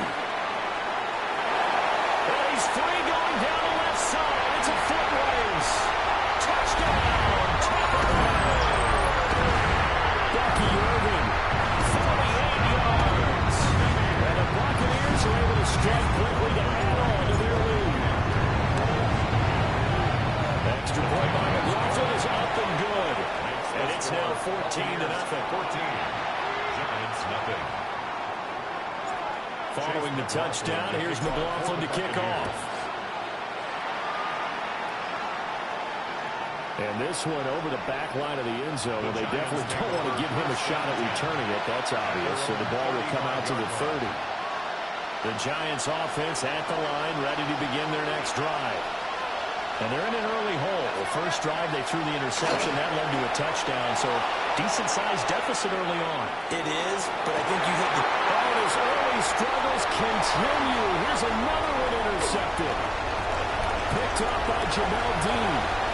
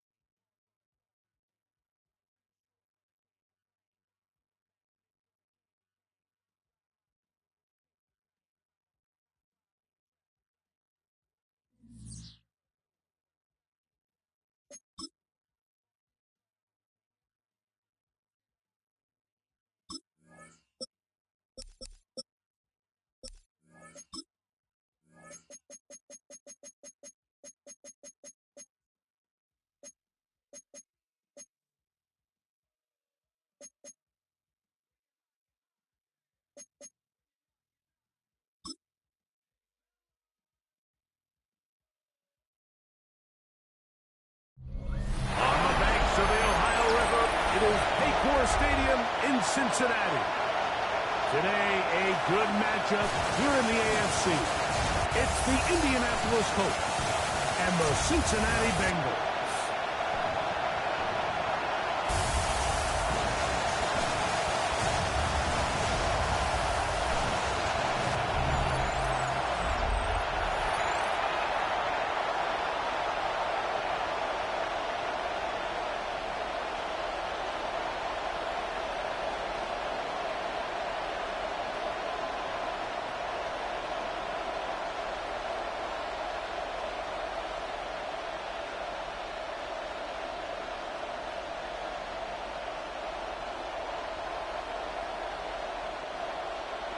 Mike Tirico and Greg Olson with you. Evan McPherson getting this one started. Off we go from a snowy Paycor Stadium. And he's brought down right at the 25-yard line. The Colts offense going to take the field here for the first time. They're led by the former first-round pick out of Duke, quarterback Daniel Jones. Now, this is the type of quarterbacks that just give defensive coordinators nightmares. They stay up all night thinking, okay, what is the best way to defend him? Do we treat him as a runner? Do we treat him as a passer? And I think that's really where the most stress comes in, Mike, is you want to make sure you don't let him kill you with his legs downfield as a runner, but it's also his ability to extend plays as a passer that really creates a lot of stress on your back-end coverage, and that's where those big plays can come. So it's a big challenge. They know it, and we'll find out early on what the plan is. A gain of 2 brings up 2nd and 8 at the 27-yard line.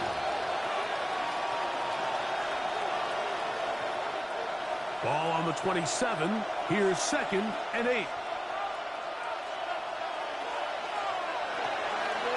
Fake the handoff. Now Jones. He's got a man. That's Josh Allen.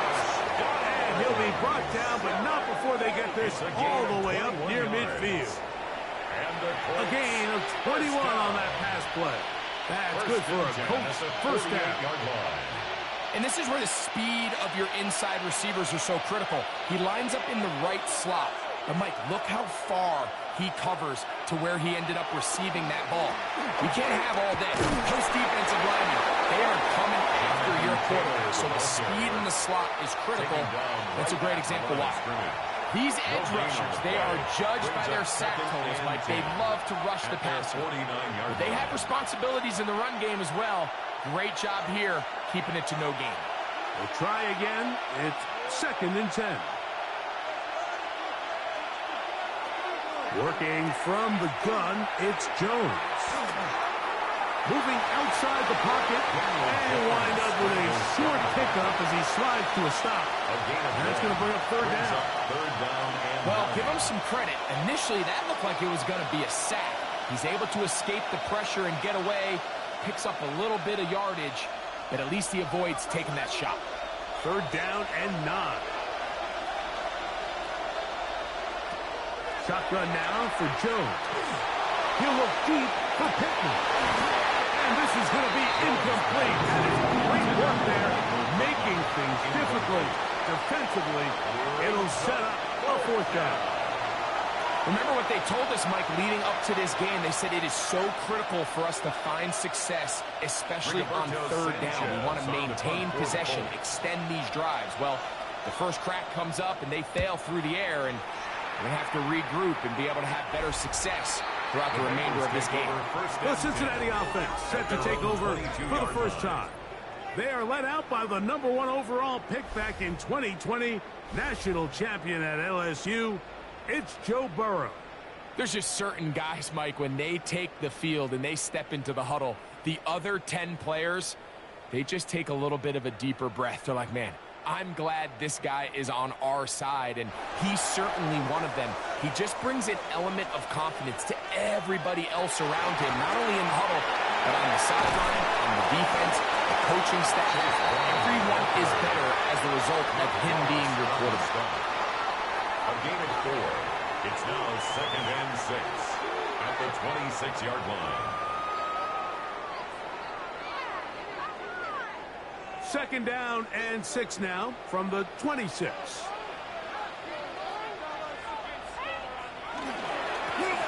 The run here with Brown. And not much there. Good defense. Held to no gain. He's tackled at the 27-yard line. A gain of a yard.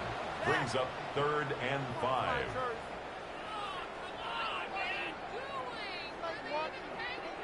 Third down, they need 5.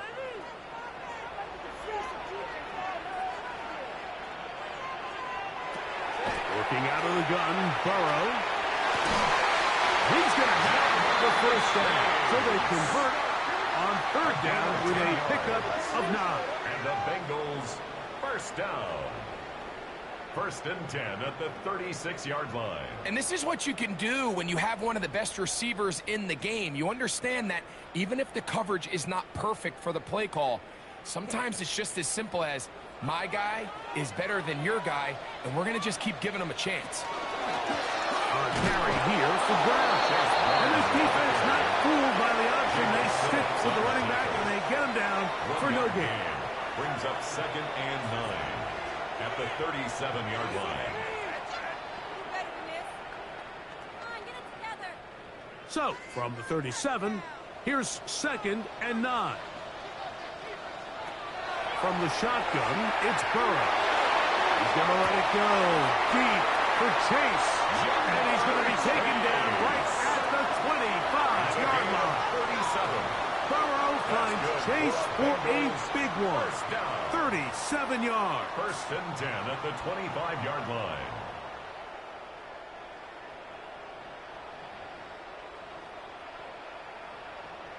And it's hardly an exaggeration when I say, Mike, that he's probably one of the most difficult individual assignments in the entire league. It's like playing football against that really good kid in your neighborhood. He's just hard to cover. Plays like this, it just shows how special he can be. Nice job by the defense. They had that one well read from the beginning, Mike. Someone's responsible for the running back, but the key here was the defender responsible for the quarterback.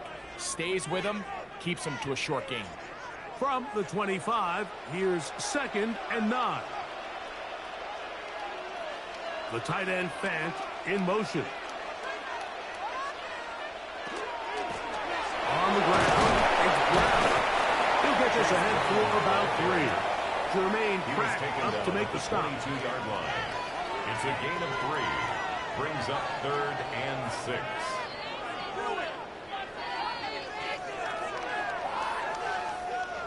Third and 6.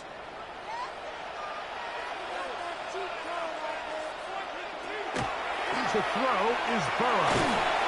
This one complete to Higgins. And he's going to have the first down. It is a gain of 6. Good conversion on 3rd down. First down. The most impressive thing about this drive, Mike, has really just been their efficiency. They've just continued to pick up first downs, fresh sets of downs. We just saw there with that 3rd down conversion, continue to possess the ball. These opportunities to come away with points continue to go up. This defense is over this one. They get him down behind the line. It's a loss of a couple. It's a loss of 2. I'm not sure if there's anything more enjoyable for a football player than playing a game in the snow. And something for us to keep in mind throughout the rest of the day is typically the advantage is in the favor of the offense. You know where you're going. You know where the cuts are going to come.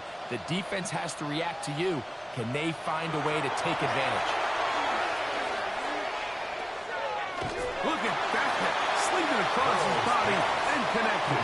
They may not have moved the chains, but with what they were dealing with there on 2nd down, that's a really nice pickup because now it opens up your play call sheet on 3rd down where it's a little bit more manageable. Looking for a third down conversion on this drive, and they only need a foot. It's the quarterback with the sneak. And he's going to have the first down just past the marker. It is 1st and goal. And with that run, it puts them on the doorstep of the end zone. This has been a really impressive series up into this point, Mike. I mean, so much that anything less than a touchdown kind of feels like a letdown. Brown is in. Touchdown, Cincinnati.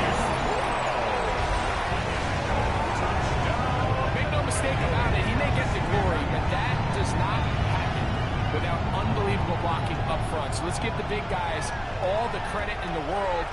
He's able to displace the defense right there at the point of attack, and that's about as easy a goal line touchdown as you're going to see all year.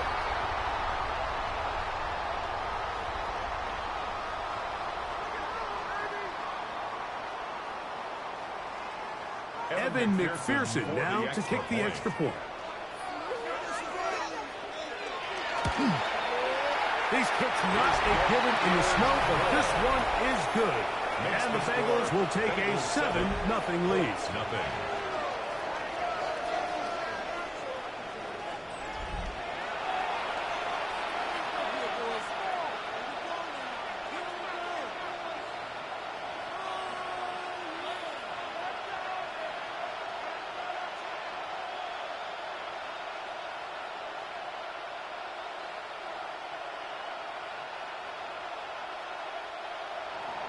After the TD, on is McPherson to kick this one away. Here comes Amir Abdullah on the return. Oh, he got room past the 30. Nice job on the return. He's down close to the 35-yard line. The Colts offense ready now for their second drive. They were forced to punt the first time through. It led to a touchdown, so down 7-0 as they get the ball back for 1st and 10.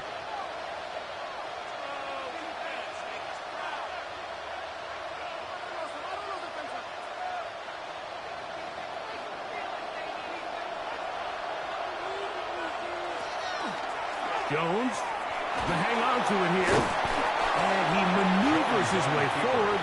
A gain of 6. And these are body blows on any defense. This quarterback has the ability to make guys miss and do a lot of damage in the run game. And that's a nice pickup there.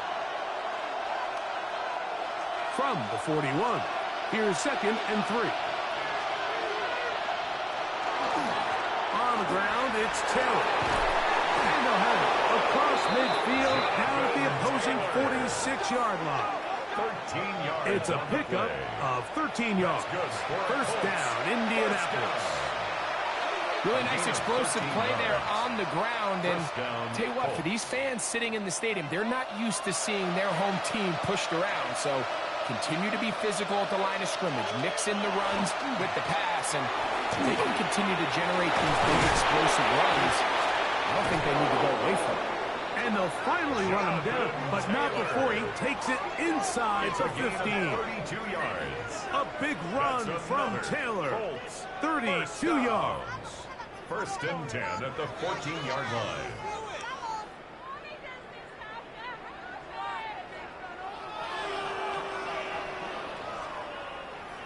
I half expected to see all 11 defenders piled up on top of him at the end of this run to make sure he was finally down, because a couple times on that run, it looked like he was cooked, only to shake off those tackles and keep on cooking. In motion is Warren. On first down, they'll stay with Taylor on the ground. Not much to speak of on that one. Maybe a gain of a yard. It's second down. 2 yards on the pickup. It's second and 8.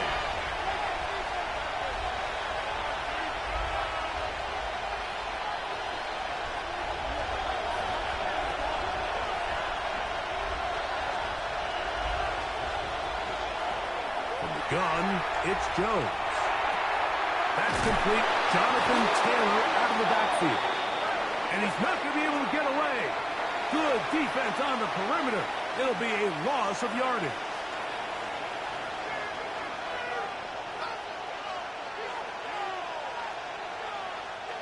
Third and 10.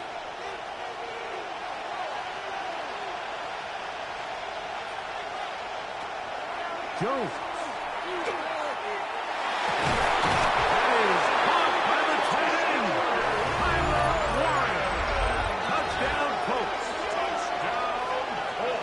But you think back to their first possession of this game, Mike, it resulted in a punt. Not exactly the fast start the coaches told us was so important as this game unfolds. They get the ball back for possession 2. Now they try to find some rhythm, find their identity of the game plan, and they come away with 6. So that's how you bounce back in this league. It's not always going to be perfect. Really nice job settling into this game here with their second possession. Spencer Schrader now on for the extra point. The kick is good. And the Colts will tie things up at 7-7 here in the opening quarter.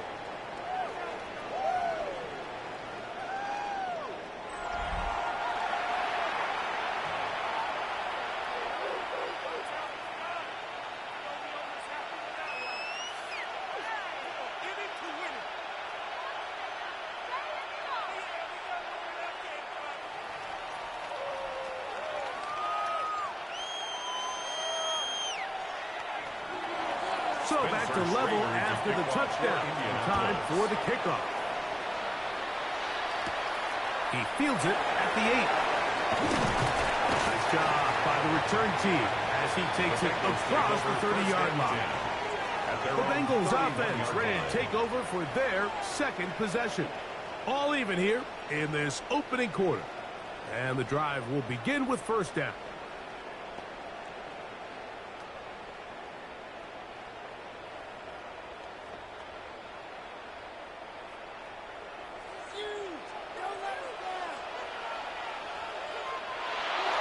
Off the play fake. Here's Burrow. Open man is the tight end, Sample. He'll be taken down rather swiftly after a gain of just 3. 4 yards on the It's not the big play they were hoping for, but first down efficiency, staying ahead of the chains, is what every offense is trying to find, and it brings up a manageable second down. From the 35, here's second and 6. Now Brown. And they'll take this up past the 40, up at the 5. Taken down at the 41. Brings up third down.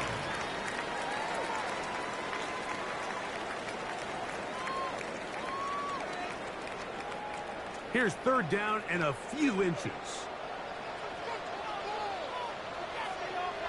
They'll run the sneak. And he is going to have the Bengals first down. At least at first glance, they'll spot the football just beyond the marker, and they convert on 3rd and inches. 1st and 10 at the 42-yard line. I don't want to take anything away from the quarterback here, Mike. He did a nice job picking up that first down, but this play is won or lost by the big guys up front.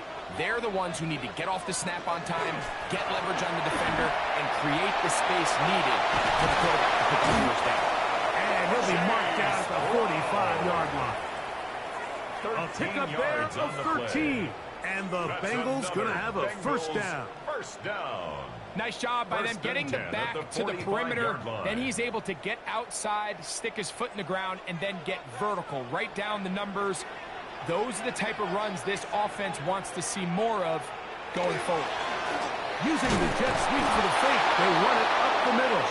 This time the sliding becomes a little more difficult. They're going to stop him right at the line of scrimmage. No gain on the play. So often when it comes to safeties, Mike, we talk about their speed and their range. But for him to be able to come up and make a tackle and be physical at the point of attack and keep this ball carrier to no gain, that's pretty impressive. Now 2nd down throw for Burrow. First brought down, that pass is going to pick up 4 and bring up 3rd down. A gain of 5. Just a simple hitch route. Certainly nothing special there or anything downfield, but the idea is the more of those you throw and those efficient passes, the second the defense moves up to take it away, that's when you go for the big ones.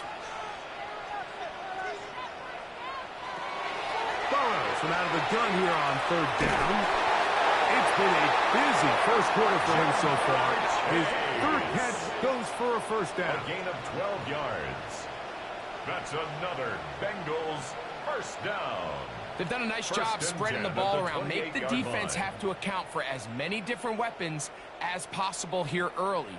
I think back to our conversation with this coaching staff, Mike. They identified this guy as someone they needed to get involved early and often, so that might be his first target. I don't think it's going to be his last. Gesicki, the man in motion.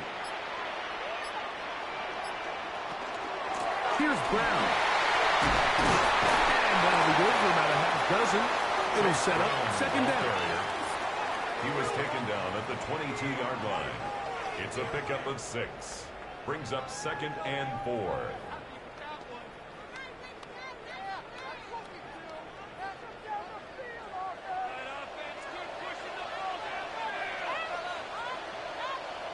Tight end on the move left.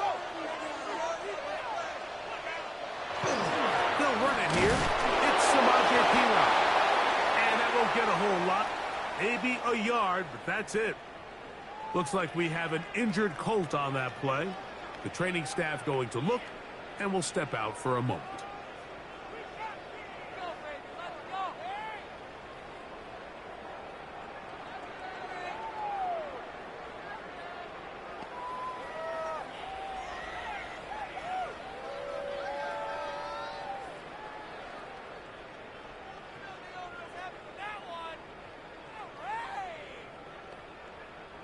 Looking to convert for the 3rd time on this drive. They'll need another here. It's 3rd and 2. They motion the slot man left. They fake the jet sweep and will hand it up the middle. He's going to have it at the 12-yard line. Enough to get the first down and keep it going. First down. 1st and 10 at the 12-yard line. A touchdown apiece here in the first quarter of play. Pair of 7s on the scoreboard. Greg and I back here in Cincinnati after this.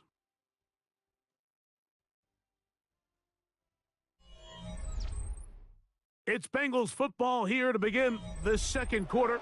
Down at the 12. It's 1st and 10. As we are ready to get back underway. Room to run the last snap. Not this one. They stop him for no gain. Brings up 2nd. Coming off that edge, Mike, you have to quickly determine, is this a pass or is it a run? And once he realized it was a run, he's able to shed his blocker, make the play, no gain. Burrow here on 2nd down. Oh, he's going to be fine.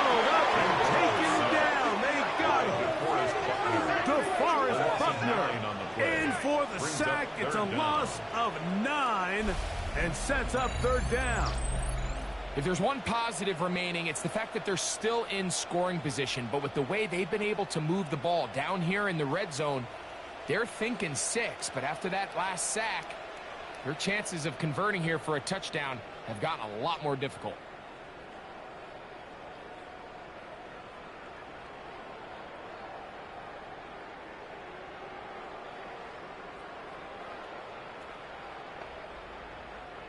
So, backed up after the sack, and now it's 3rd and long. Burrow to throw. That is going to be caught, and he's got it. T. Higgins. Touchdown, Bengals. All week, we're going to see this play be run over and over as a highlight of the quarterback and the receiver. But, Mike, the part that people don't give enough credit to, in order to get a downfield shot, you have to have time, and what a great job by the offensive line, allowing the quarterback to be comfortable enough in the pocket, let those deeper routes develop, be on time and accurate with the ball, and that's why this play is going to be a highlight all week. Let's give the big guys up front some credit. McPherson now for the PAT.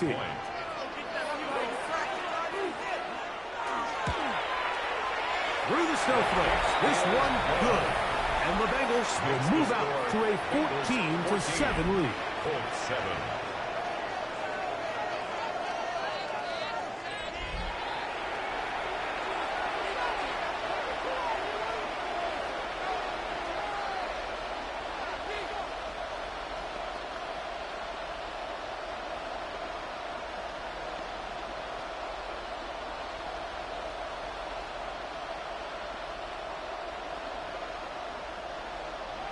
After the TD, on is McPherson to kick this one away.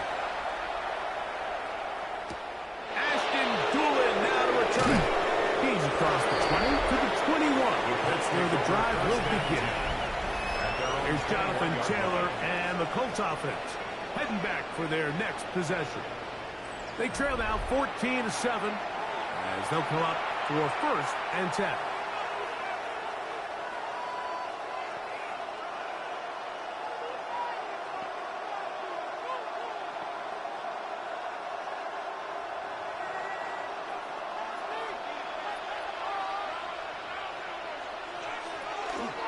They'll start this on the ground. It's Taylor. Not much there. He's back to the original line. No gain on that. 22-yard line. 1-yard gain. Brings up 2nd and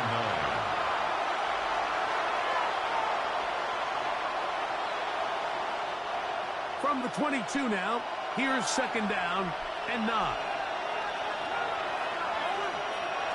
To throw is Jones. Incomplete. Good job. Textbook there, separating the man from the ball, and it'll bring up 3rd down. And 9 I got high standards for offensive players, but in this case, Mike, I think I'm giving all the credit to the defender. He timed that one up perfectly, and what could have been an easy play ends up as an incomplete. Throwing is Jones on 3rd down. He'll try to run for it.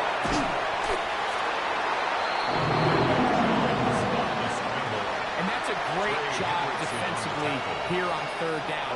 Not only taking away all the options down the field through the air, but when the quarterback decides to turn into a runner himself, they're able to converge and make the play and keep him short of the 1st down. Here's Rigoberto Sanchez now, and he'll be looking for something better after that poor first punt. Ball security a must in these conditions. Fair catch called for and taken without issue. 27-yard line. Out comes Joe Burrow and the Bengals offense to take over once more. They lead by a touchdown as this drive begins with 1st and 10.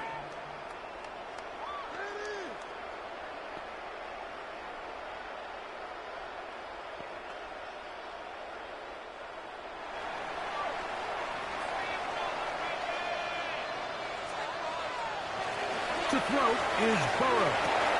To the middle of the field, caught by Higgins. And they'll get about half of what they needed. It's a pickup of 5 and sets up second and 4 at the 32-yard line.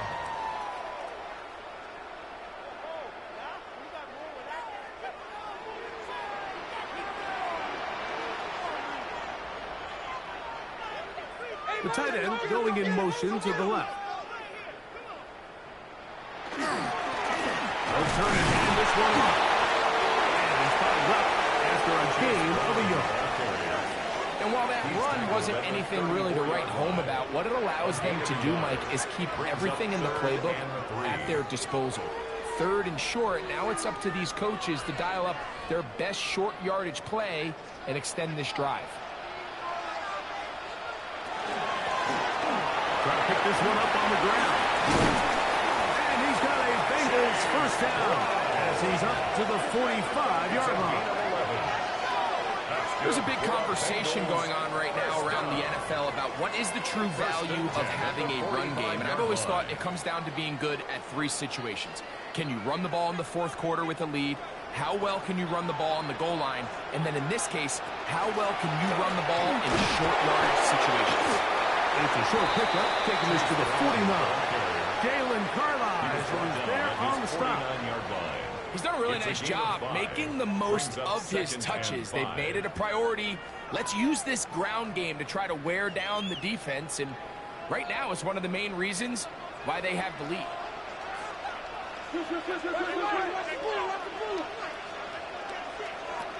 Second down, Burrow. This one, deep downfield for Chase. And that is incomplete.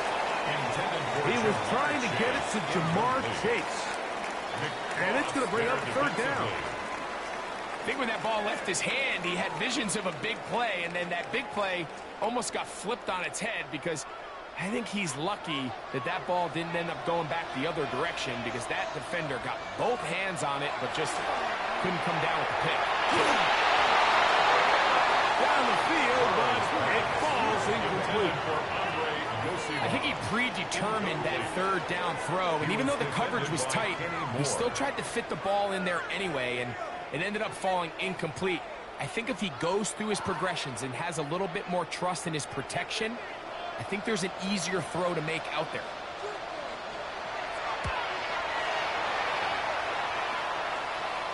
And a pretty good result there. That's out of bounds right at the 10-yard line. Here's Jonathan Taylor and the Colts offense heading back for their next possession. They'll have a long field ahead of them as they start 1st and 10.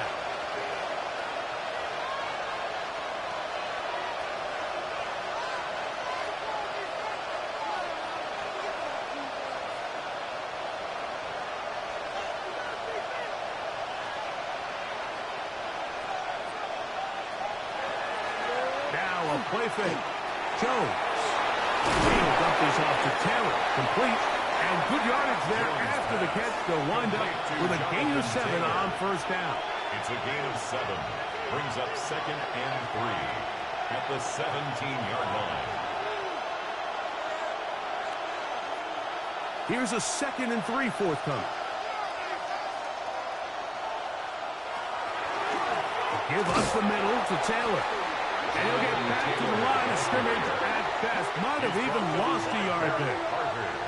He sniffed that one out from the jump. I mean, once he diagnosed and knew where the ball was going, he got there in a hurry, and he put an end to that play really before it ever got started. It's 3rd and 4. Here's Jones to throw. They'll set up the screen to Taylor. That screen goes for 12. And that's a 1st down. I always think you can tell pretty quickly how comfortable a quarterback is in their offense, Mike, by how fast they work through their progression and get the ball to their check down underneath. And in this case, with the depth of the defense, a lot of space in the short game, get them the ball, pick up the 1st down. They'll run on 1st down with Taylor. And he'll be stacked up at the line of scrimmage. An injured player on the field, and it's the running back, Jonathan Taylor. So as they look at the injured player, we'll take a timeout.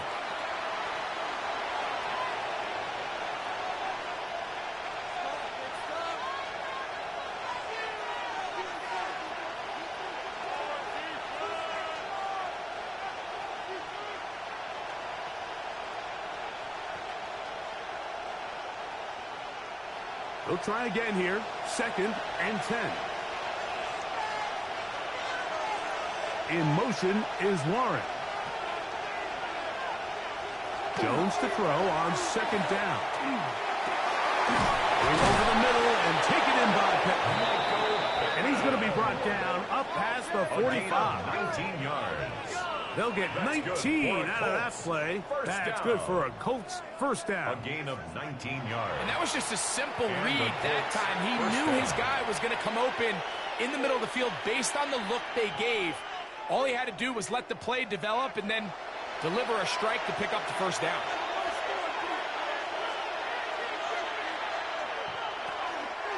Now it's the veteran, Amir Abdullah. He is met and dropped. A couple of yards behind the line of scrimmage, too. This play here, Mike, is just all about the get-off of the defensive line. Watch how fast they go when that ball is snapped. Nowhere for this running back except to go down for a loss. After the loss of 3, it is 2nd and 13. Back to throw is Jones. That one into the hands of Down. They'll hold him to a gain of just a couple and sets up 3rd down. A 3-yard pickup. And it's 3rd down.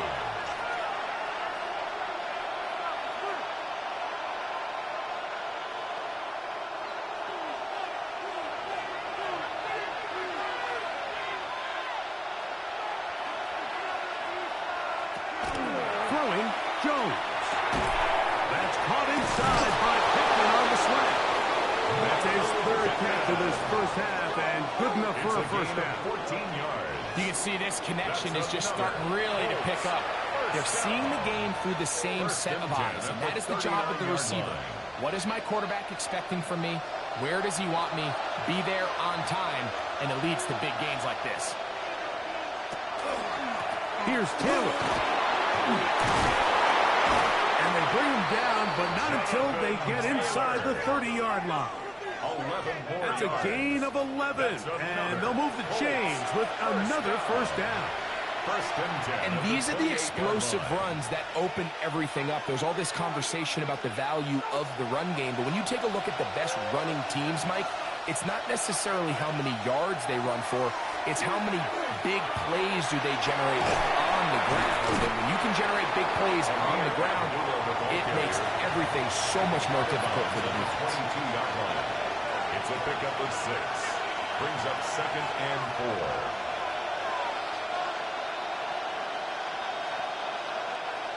4. They'll work now on 2nd and 4.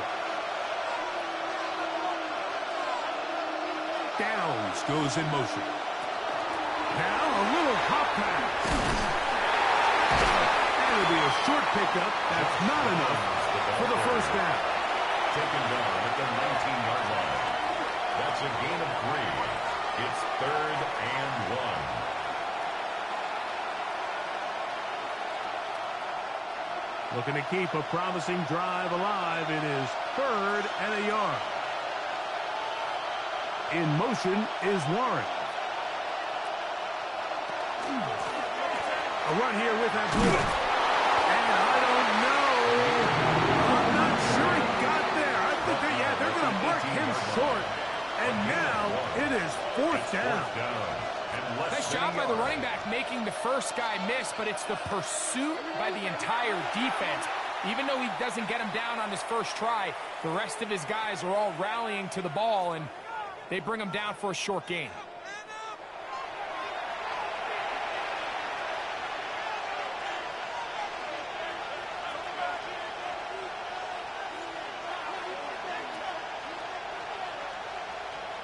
So instead of going for the first down, in comes the field goal unit. Bit of a surprise here. Through the falling snow, the kick is good. And the Colts are back within 4 at 14-10. I think apart from the wind, when you talk about kicking in the elements, Mike, I think the snow has to be the kicker's worst nightmare. It's just so hard to have the confidence that when you stick that plant foot, it's not going to give way. So give credit. That was really well done.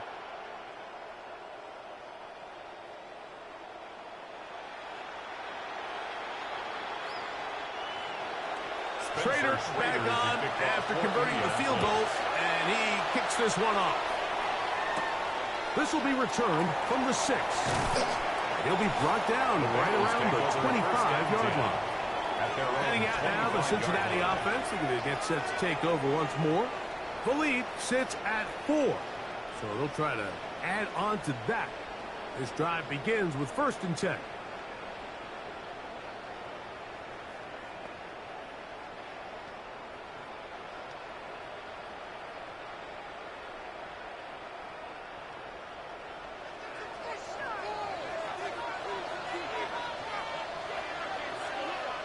The tight end fan in motion. And he's got some space. Up past the 30 to about the 32-yard line. A pickup of 7. There on the tackle. A 7-yard pickup. Brings up 2nd and 3 at the 32-yard line. Here's 2nd and 3 to go. Gesicki, the man in motion.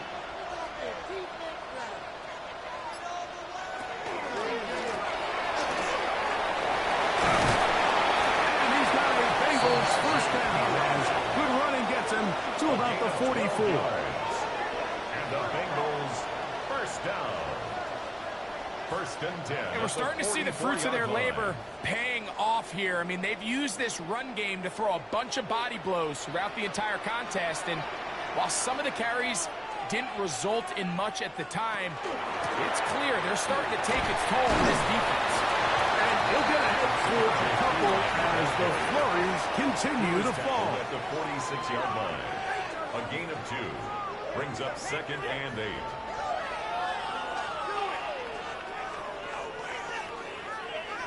From the 46, here's 2nd and 8. On the ground, this is Peeler. And that one shut down pretty quickly. He'll get back to the line of scrimmage. And that's it. 47-yard line. A gain of a yard. Brings up 3rd and 7.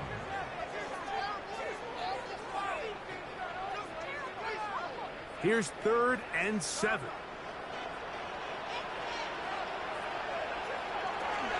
Burrow. Open man, left side. He's got it. 15-yard pickup there. It's a Cincinnati first down. 15 yards. 3rd downs, Mike, those are quarterback downs. Those are the downs where you tend to find yourself in a must-pass situation, and that's where the top guys in the league are still capable of overcoming it. So throw the ball downfield, be accurate with the ball. Winning on 3rd downs, that is a recipe for success.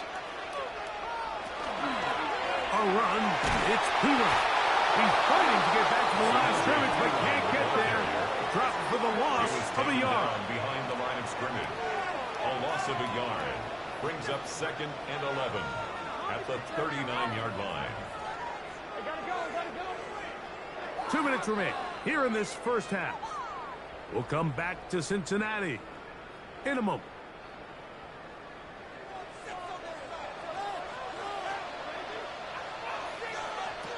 Working out of the gun, Burrow. Throw over the middle, and they can't connect. It's incomplete.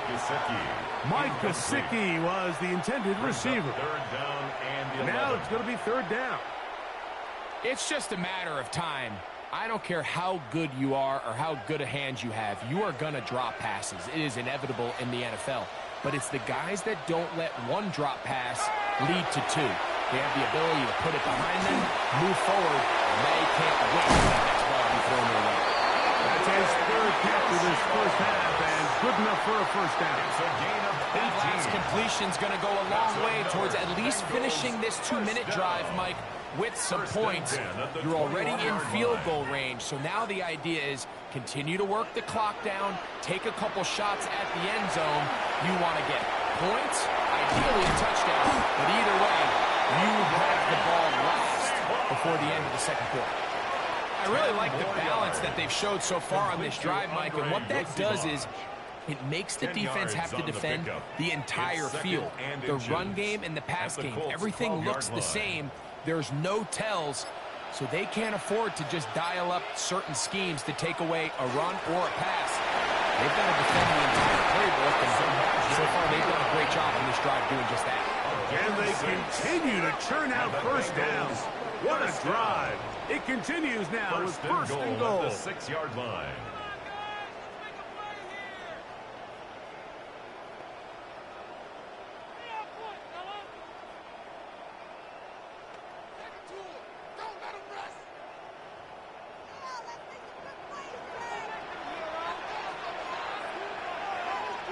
They bring the tight end in motion.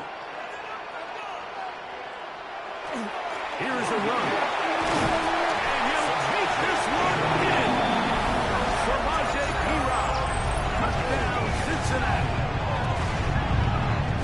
Good drive. They kept the ball. Greg, they moved it effectively down the field and finished it off on the ground for the touchdown.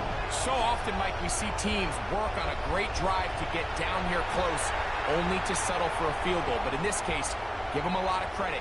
They put a great drive together, but they're able to capitalize and finish it off with 6. On is McPherson for the extra point.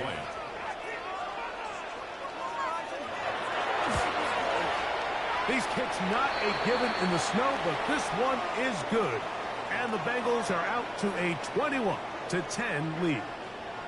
Looks like we have an injured Colt on that play.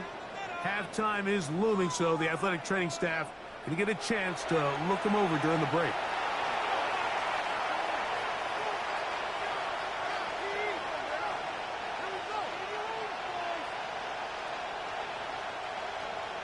Still a little time. Final minute of this first half. We'll see if they can do anything with this kickoff that is coming their way. On the return, it's Doolin. The Colts take over first. There's Jonathan Taylor and the Colts offense heading back for their next possession. They look to make some inroads here. They're down 21-10 in this one as they come up on a first down.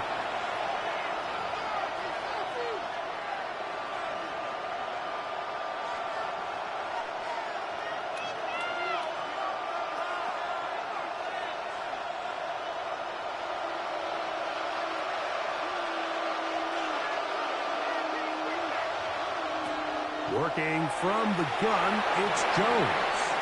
That one out in front of his big target. They cannot connect, and it falls incomplete. Tyler Warren, the man he was looking for there.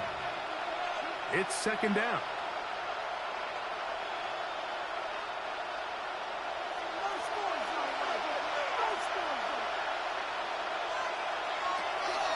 Shotgun now for Jones. The pressure gets there, and down he goes back inside the 20-yard line. Now timeout Cincinnati. That's their second. Clock will stop with 34 seconds to go until the break.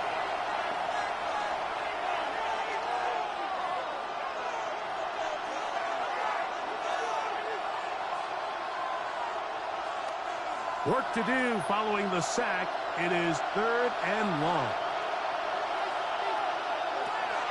To throw, it's Jones. Left side, and is caught by Warren.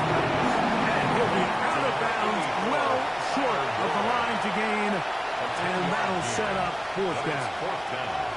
That's just one of those drives that was out of whack from the start, Mike. They just couldn't get anything going on the early downs, and they'll most likely punt the ball away and hope that their defense can do the same thing and get them the ball back.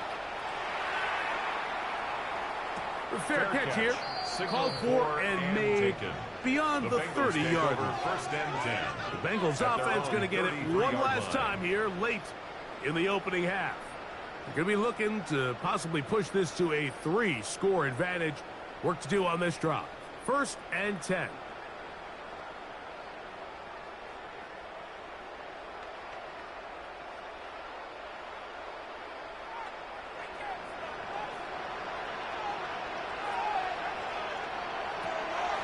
They go play action for Burrow.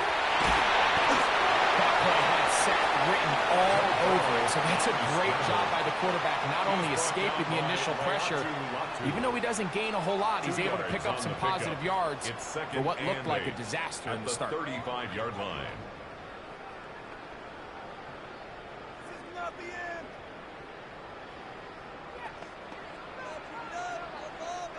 Hook them up on a 2nd down and 8.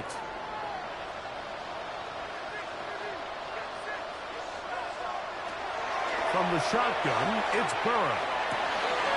That's complete. It's Yoshiba. Complete to Andre Yoshiba. It's a gain of 4. Brings up 3rd and 3.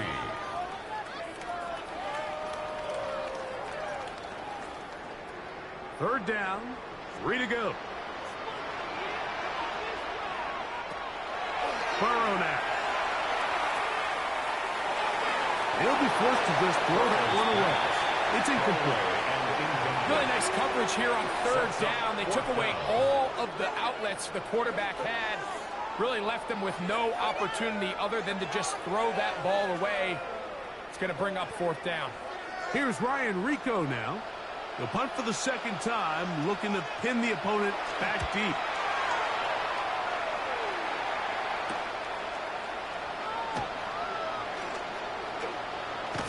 And he's going to be taken down as time runs out on this first half of play. Okay, Mike, thanks very much. And welcome in, everyone. Scott Hansen in Orlando, where it almost never snows. These two teams dealing with a light dusting, and that's expected to go on into the second half. Who handles it better? Let's go back out to the stadium and check in with our commentary team, Mike Tirico and Greg Olson.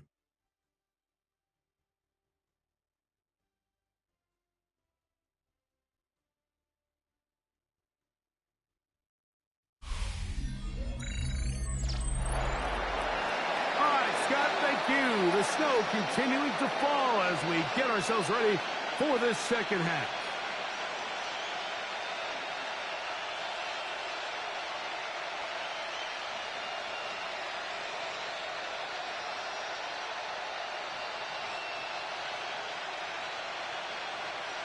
Spencer Schrader. Both teams ready to get back at it as we get back underway here on EA Sports. Charlie Jones now to return. He'll work his way across the 25-yard line. The Bengals offense looking to get back to work as we begin this 3rd quarter. They built a nice lead for themselves here.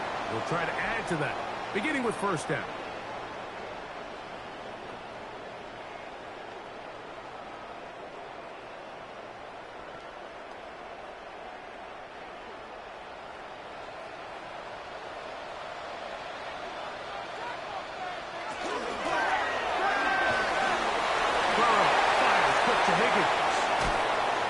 Going to get this one out to the 43-yard line.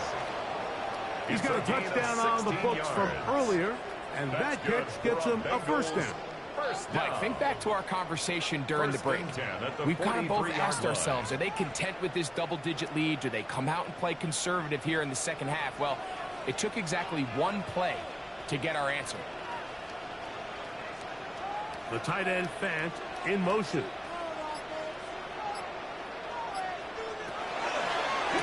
Here's P-Rock. And they'll have it across midfield down at the opposing 46-yard line. A gain there of 11. And the Bengals going to have a 1st down. 1st and 10 at the 46-yard line. Like the old adage, you run to set up the pass. This modern offense nowadays, we're starting to see that flipped upside down on its head. Typically, the success of the passing game is what allows teams to have success like this in the run game. They went to the design quarterback run. There just wasn't a lot of space for the quarterback to operate. You can see him kind of waiting for some of the blocks to develop. 45-yard line. Never transpired. Didn't get a whole lot going. Short game.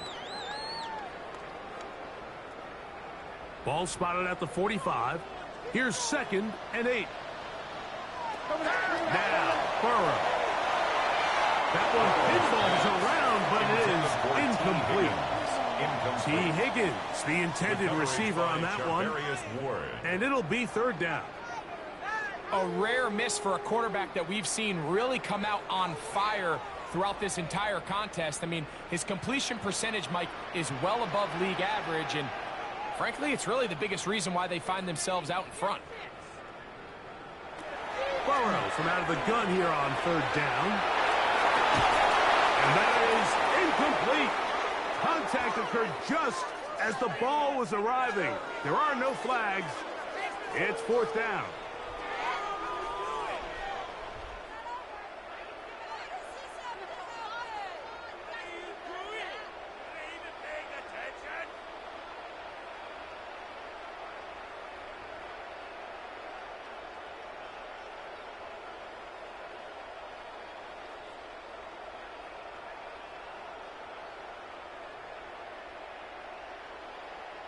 The Bengals out and ready to punt.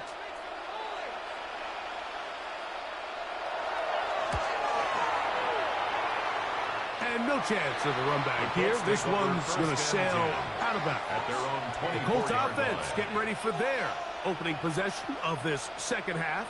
They need to start making some inroads here. Down 2 scores as they begin this drive with first down.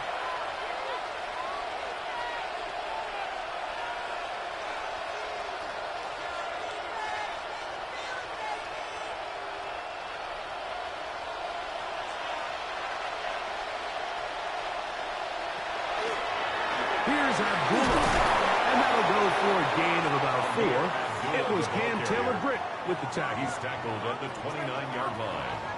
A gain of 5 brings up 2nd and 5.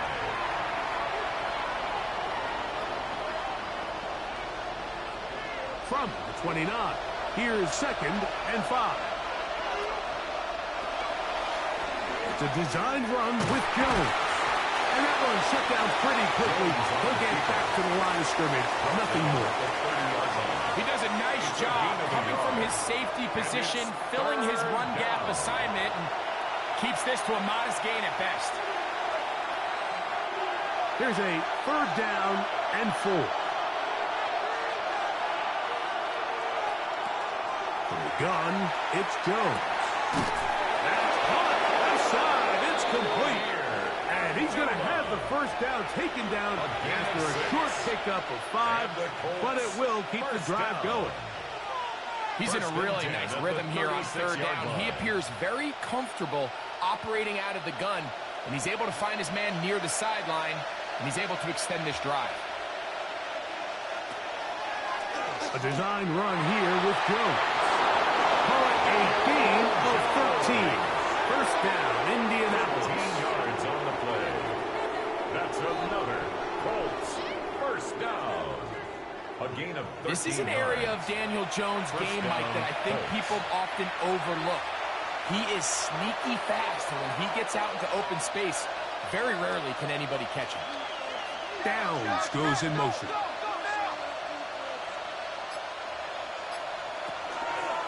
On the ground, Abdullah. And he'll get back to midfield, so no gain on that one.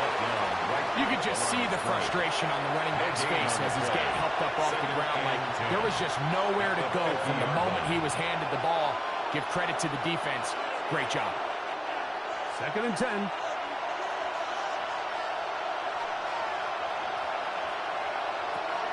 On play action, it's Jones. In trouble, and down he goes. B.J. Hill in for the sack. It is a loss of 8, and now it's 3rd down. We spend so much time talking about quarterbacks and the special plays that they can make, and of course that's a big part of playing quarterback in the NFL, but also, can you avoid the bad plays? Do you know when the fight is over and live to play another down? Don't take that sack. Throw the ball away, get back out there on 3rd down, and give yourself a chance.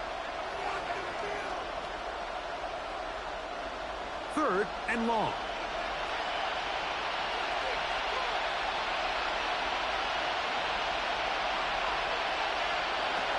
Throwing now is Jones. And that is incomplete. Missed opportunities like these are a big reason why they find themselves down double digits here in the 3rd quarter, Mike. Points on this possession could have gone a long way towards making this game competitive, but instead, poor execution, especially in the passing game, and it's another wasted drive.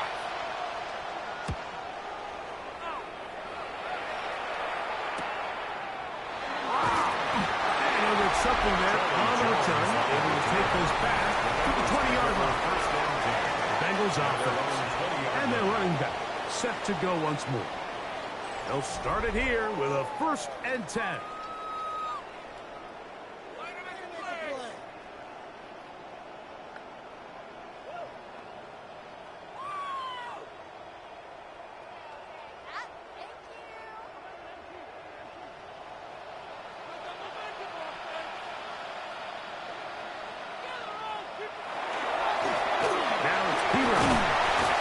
Get about 6 there, setting up 2nd down. Looks like we have an injured Colt on that play. And as the medical staff looks him over, we'll step aside.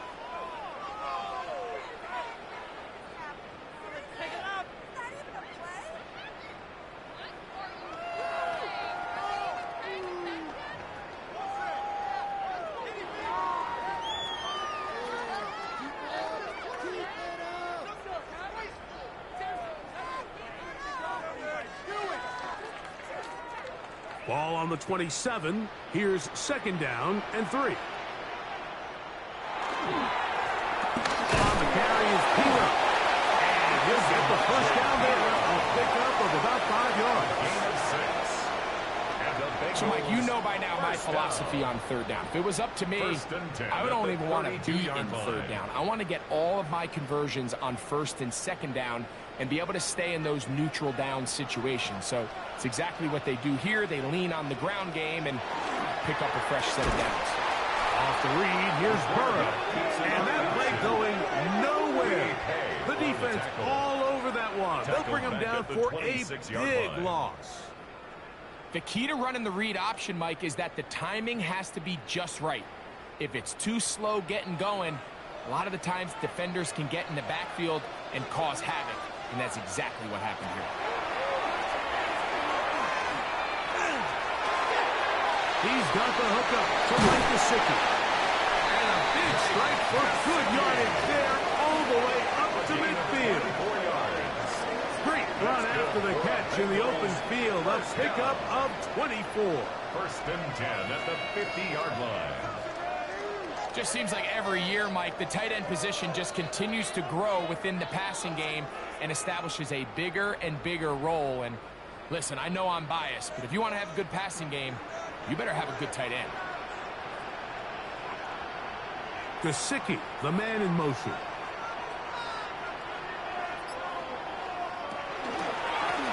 From the gun, here's a handoff. And tough with defenders as well to get Redford to get their hands on it. Taken down after a gain of 4. A gain of 4. It's now 2nd and 6.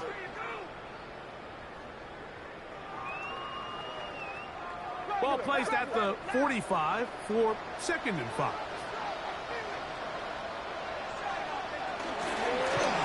They'll stick with him again. And he will work this down inside the 40. That's going to be good enough to move the chains. 1st down. 2nd down at these distances, Mike, you pretty much anticipate a pass, and I think that's what the defense was lined up thinking.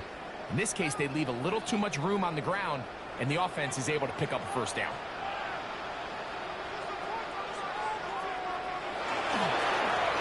They'll stay on the ground. Strong running there. Inside the 30. On the move with a gain of 9. The best offensive play callers in the NFL, Mike, do a great job tying in their under-center run game, like we just saw here, with their under-center play action game. And the ability to make those two things look alike, man, it puts a lot of stress on the defense. It's possible they could have tried to be a little bit more aggressive on 2nd down, knowing they had 3rd and inches in their back pocket. But I don't think anyone's going to complain. Pick up the 1st down, extend the drive, see if you can go score. 10 at the 27-yard line. They'll come up here, 1st and 10. Burrow. Moving left. He's going to tuck it and go. Quarterback does a nice job here sensing the pressure pretty quickly. Realizes he doesn't have a ton of time to operate from within the pocket. Decides to tuck the ball and rely on his legs. He's able to pick up a positive play. At the 20-yard line. From the 20, here's 2nd and 3. Throwing is Burrow. Oh, a lot of chances on that one. It was bouncing around, but it falls incomplete. Sauce Gardner, as good as they come, there to knock that one away. Good drive to this point. Now can you convert on 3rd and 3? Now, Burrow. That is caught. Finding Higgins. It's a gain of 8. That's another Bengals first down. 1st and 10 at the 12-yard line. This has been a really impressive drive, Mike, really from the start. And this is something defenses want to force offenses to do. Methodically work their way down the field. But they've been highly efficient, and now they get another first down. And he'll get 2 on this one before being taken down. Jermaine Pratt there on the tackle. 2 yards on the pickup. It's 2nd and 8 at the 10-yard line. 2nd down and 8.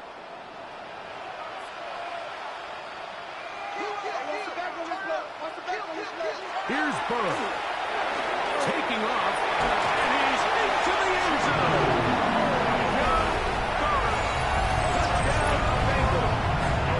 That's his 2nd touchdown of the afternoon. The defense comes up with the coverage, but they cannot keep up with the speed as the quarterback scrambles to the end zone for the touchdown. And down here in the red zone, Mike, is where I think a quarterback's legs can be the most dangerous. The defenders are trying to match backs, match tight ends and receivers, but often it's the quarterback that has no one assigned to him, and in this case, he's able to capitalize and run it in himself. McPherson, good on the extra point. And the Bengals will extend this 3rd quarter lead.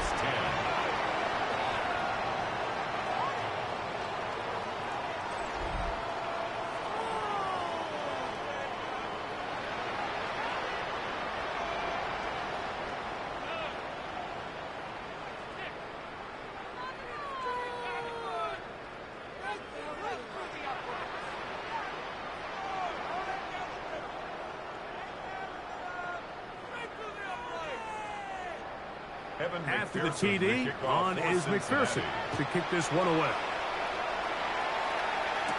Abdullah now to return. And he'll be brought down just beyond the 25-yard line. Colts offense ready for this next possession. They're in need of points in a big way as they set out on 1st and 10.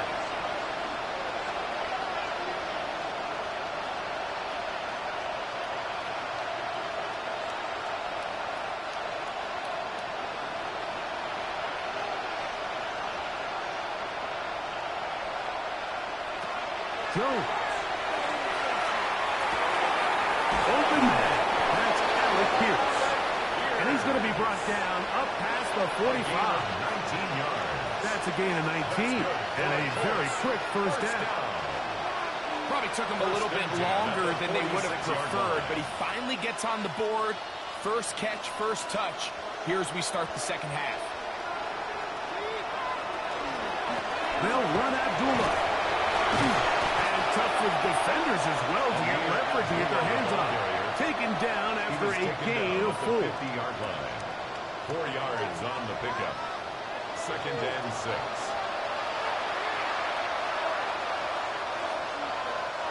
Ball right on the 50-yard line. Here's 2nd and 6. Here's a run with Abdullah. Finds an alley to the 35. And they are finally going to get him down at the Bengals 18. A big gainer for Indianapolis. 32 yards. It's a gain of 32. There's a combination of footwork and vision, his ability to kind of weave through traffic and understand where the holes were. It's a really nice job working through some bodies and picking up a big gain.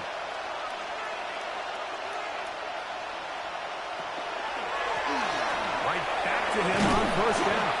A gain of 4 as he's taken down. In order to be successful as a run-heavy offense, Mike, it's so important that you remain really efficient on first and second down.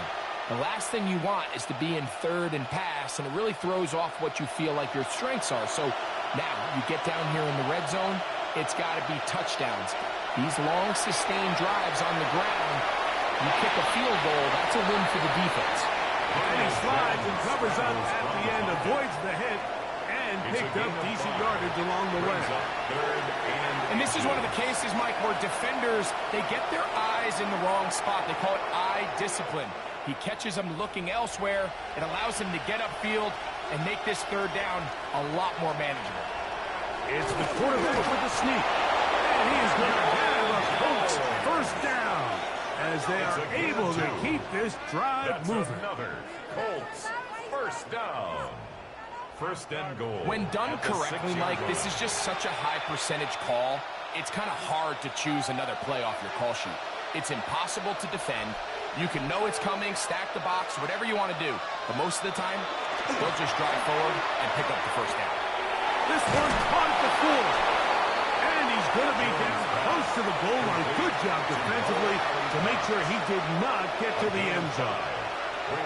These are the worst. I had a couple years, Mike, where I swear I got tackled inside the 1-yard line 10 times. And then you look back and you're like, man, how many touchdowns did I leave on the board because I couldn't get one more yard? Now, for him individually, not ideal, but right now. And he barrels his way into the end zone. Amir Abdullah, touchdown, Indy. We were talking during the break, Mike. We felt that this was kind of a do-or-die drive. They felt like they needed to come away with the touchdown here, and now they're showing a little life. Yeah, a little bit of belief, don't you think? Everyone on that field knows they've been a part of a comeback before. It's a pretty big mountain, but a good way to get started here to begin this half. On for the Raider point after. now on for the extra point. He gets it to go, and the Colts are able to cut the deficit. It's now 28-17. Colts 17.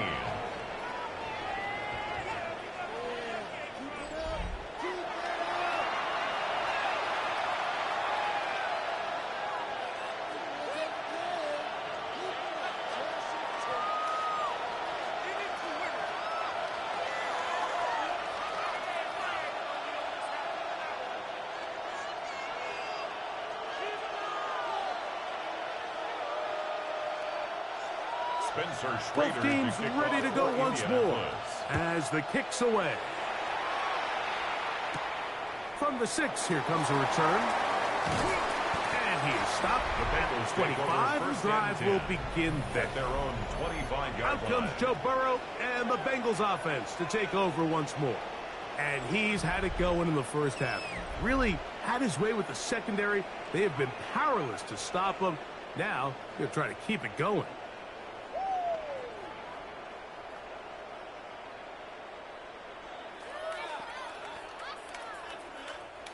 From the 25, they'll go to work. First and 10.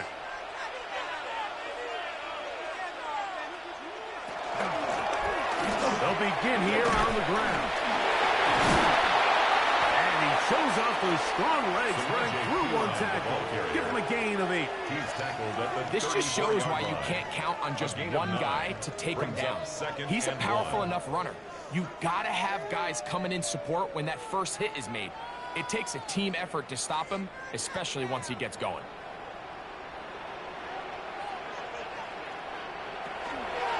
Now Burrow going to do this himself. It's a gain of 2. That's good for Bengals. First down. So both teams trade touchdowns in that frame as we get through the end of the third quarter. You're watching the NFL on EA Sports.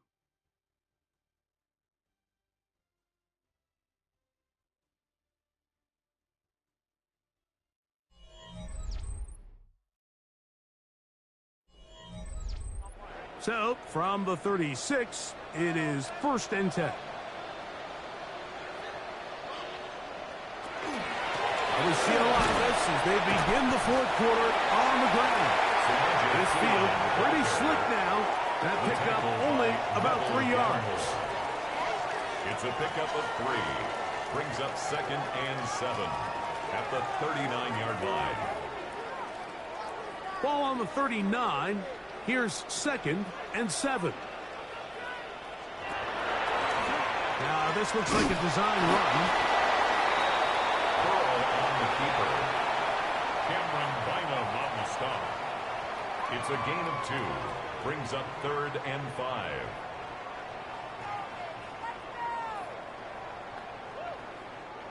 Backfield empties. 5 receivers in the formation for 3rd down and 5. Burrow to throw.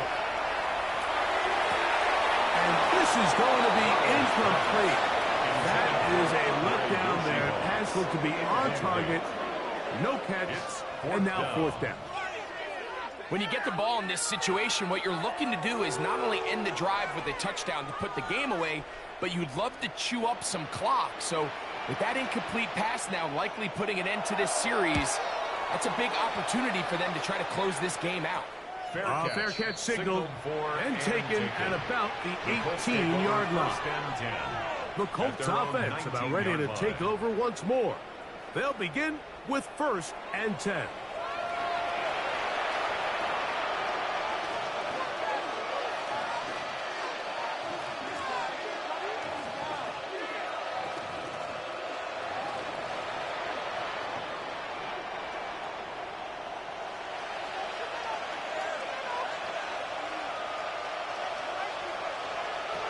Here's Jones. He takes off. Well, we've seen time and time again just how dangerous this quarterback can be, Mike, when he decides to tuck it and take off. So that is a great job defensively to rally to the football and hold him to just a short gain. From the 23, here's 2nd down and 6. To throw is Jones. Is caught. It's 1. And they'll mark him down just shy of the 40. Looks like we have an injured Colt on that play. As the athletic training staff looks at him, we'll step away for a moment.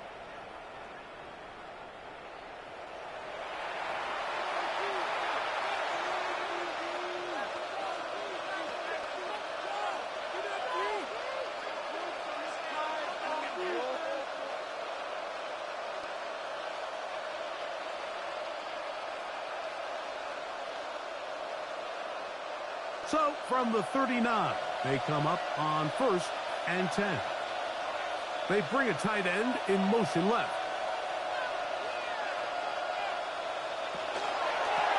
A run here with Abdullah.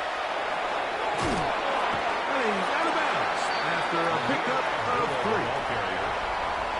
Out of bounds at the 42-yard line. A 3-yard pickup. Brings up 2nd and 7.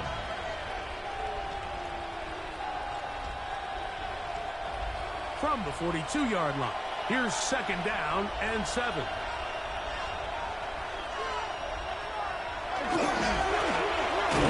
in the backfield. He'll get the carry here. And he'll get nothing here.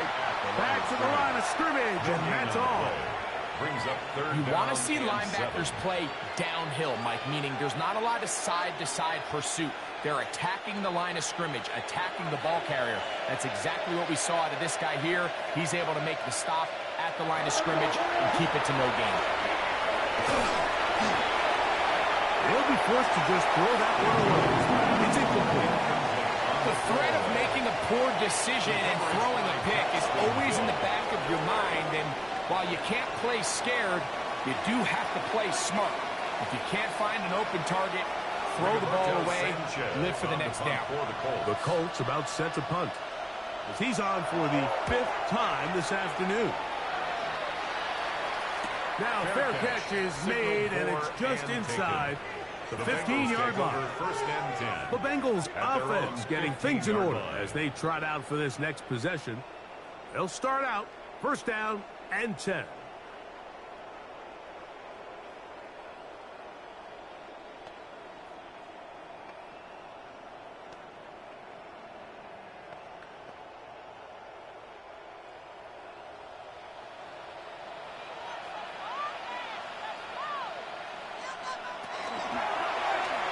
Here's a zone read to start the drive.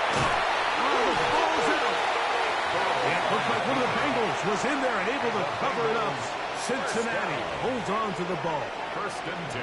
Now, obviously, there's never a good time to fumble the ball. It's probably the thing that teams stress the most is ball security. But it makes it a little bit easier knowing that your own team was able to fall on top of it, and at least you can maintain possession. A run, it's P-Run. And that one going to be closed down in the backfield. Great defensive play. Knifing in and dropping him for a loss. At the 23-yard line. The key to great defensive line play is the get-off. When that ball moves, how fast can you get off the ball and get into the backfield? That's exactly what we saw here. Quick read, react, get off the block, take him down for a loss. Second down. Burrow. The middle of the field. That's taken in by Chase. Get about 6 before he's taken down. That's a gain of 7. Makes it 3rd and 7.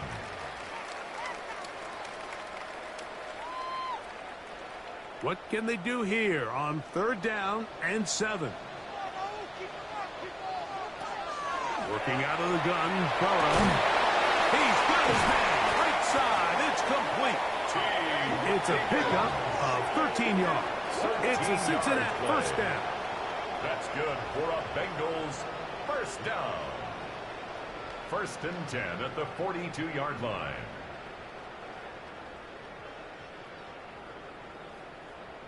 That might end up being the backbreaker right now. This defense desperately needed to get off the field and give their offense a chance to cut into this 2-score lead. But instead, they now got to defend a fresh set of downs. And as you look up at this clock, they might be running out of time. And he's brought down after a gain of 6 on first down. A 6-yard pickup brings up 2nd and 4 at their 48-yard line.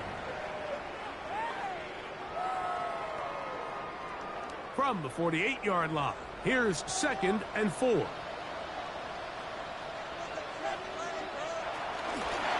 First carry here, and it's Taj Brooks. And he'll be near the first down marker. It's called a gain of 3, but a short yardage situation coming up on 3rd down.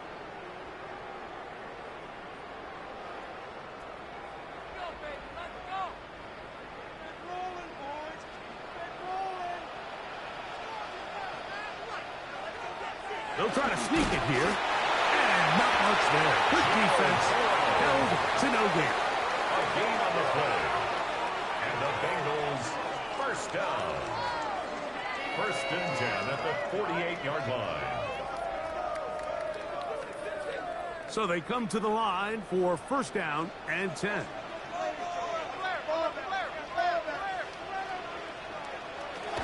Back to throw. Burrow. Back into the hands of Yoshiba. And they'll take this down inside the 35. It's a gain of 14 yards. Give them 14 on that one. And the Bengals going to have a first down. 1st and 10 at the 34-yard line. An interesting decision there by the play caller to put this ball in the air. Mike, you're up by 2 scores. Traditional wisdom says, hey, we're up by 2 scores late in the 4th quarter. We've got to keep this clock moving. You don't want to risk an incompletion. Now, they convert. They're able to secure the catch and pick up a fresh set of downs. That's going to enable them to continue to burn more clock. And one stop, their opponent's not going to get the ball. And he won't get away. Good open field tackle there to get him down behind the line. 2nd and 12. That's just bad timing by the offensive line. They've got to get their lineman out in front of him. So either the linemen need to go faster or the back just needs to be more patient. But either way, they're just not in sync on that screen pass. Now 2nd down throw for Burrow. And he's going to be dropped after a pickup of about 5. This is one of those throws where you're hoping you do most of the damage after the catch, but give credit to the defense. Once that ball was caught, they were on him quickly, and there was nowhere for him to go after the catch. They need the 24-yard line as they come up for 3rd down. Burrow.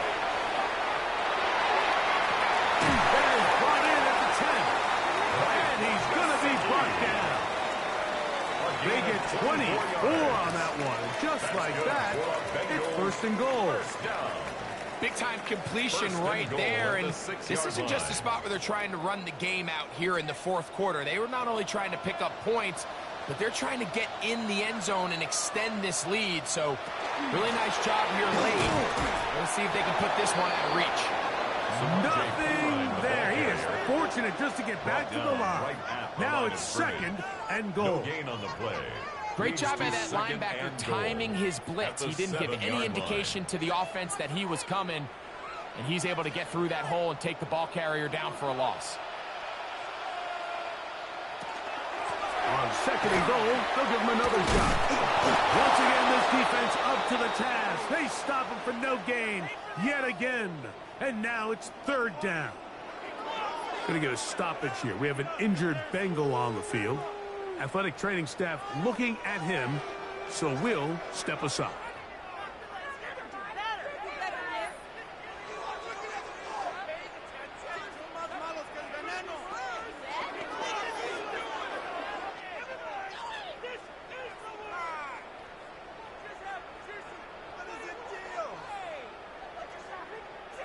Third and goal.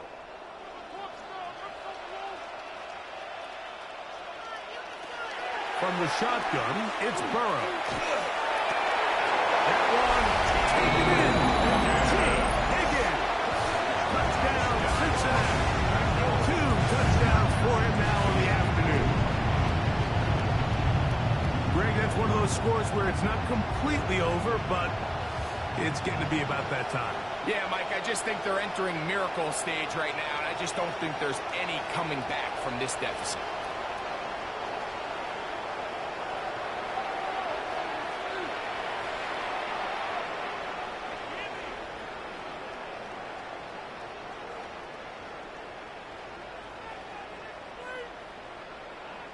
McPherson now for the PAT. He's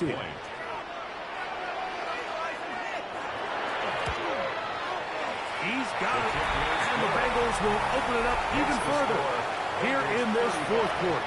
Colts 17.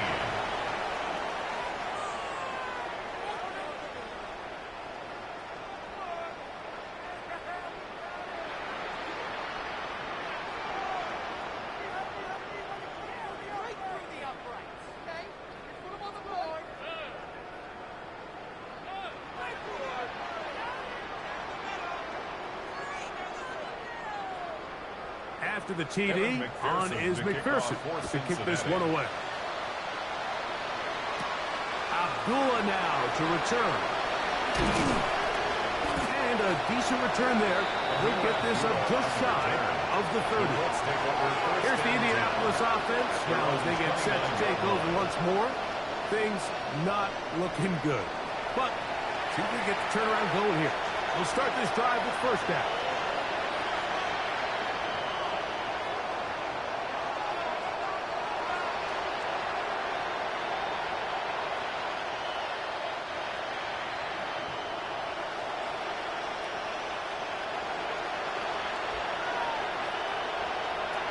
To throw. It's Jones. They'll set up the screen to Taylor. They'll get about 4 here as he is taken down. Just a little slow developing in that screenplay there. It was pretty obvious to the entire defense exactly what was going on. Nobody was thinking pass. Nobody was getting back into their drops, and just nowhere for that back to go. From the 34-yard line, here's second and 6. They'll mark them down up at the 44-yard line. 10 yards, the gain on the pitch and catch. That's good for a Colts first down. It's been tough sledding for this offense all day today, Mike, but especially here in the second half. So they are just in desperate need of a spark. Just something to get their offense into a little bit of a rhythm if they want to have any chance to find themselves back into this game here late. That one over the middle to the tight end. He's got Warren. And this is where the versatility of the tight end position really starts coming into play. Not only do they have to line up with their hand on the ground, but they can occasionally split out in the slot. And, man, they're too fast for linebackers, and a lot of times they're too big for defensive backs. again. It's Jones. Trying on the left side and caught by Petty. And he'll be taken down. The gain is 6, and it's a new set of downs. He picked up the first down. One of the easiest ways to negate these really good pass rushes in the NFL, Mike, is just to simply get the ball out of the quarterback's hand as fast as possible. And sometimes it's by design, sometimes it's based on need. But really nice job there by the quarterback, getting into the hands of his receiver and then see what he can do after the catch. That one a bit high, but it's complete. It'll be taken down rather swiftly after a gain of just 3. When you put plays like this on tape, it sends a message to every defender across the league. When you play this offense and this guy has the ball, you better bring it when you come to contact him, because if not, you're going to be on the wrong end of it. Jones to the air again. He'll step up and run this. Give him 11 on the scramble. And give them a new set of downs. We've seen this quarterback have some effective plays with his legs all game today, Mike. He knows when to stay in there and look to pass, but he also knows when it's time to tuck it and go, and he's able to pick up good yardage there. On first down, Jones. Over the middle, he's got Wally. And this takes him into the red zone. He's brought down inside the 20-yard line. That's catch 3 just on this drive. And it gets his team a first down. 18-yard line.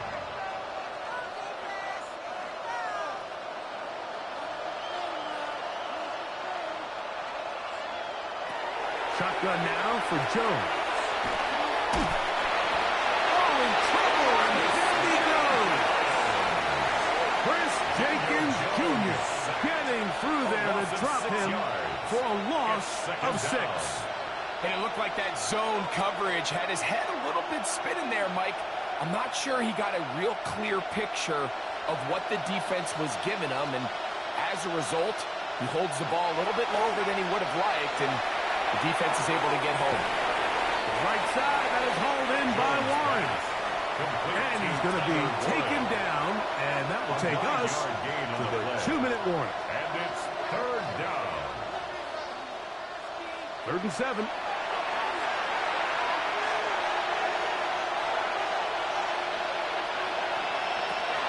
Working from the gun, it's Jones.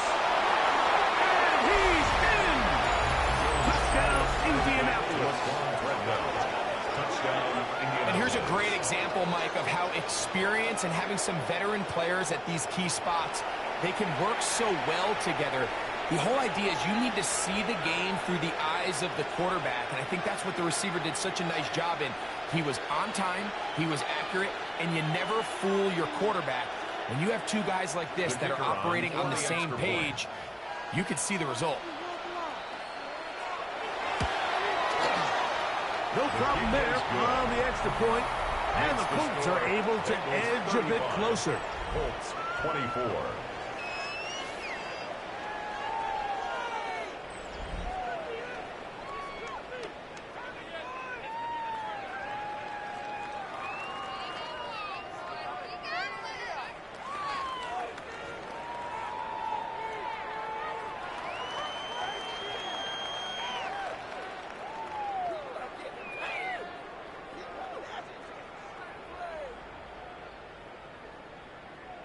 This one not quite over, but down a couple of scores. We're going to get an onside kick. Illegal touching. Offense. This is tough. You're trying to give your guys a chance and time it just right, but you have to hit it hard enough. This time, it doesn't go 10 yards. Not going to work out.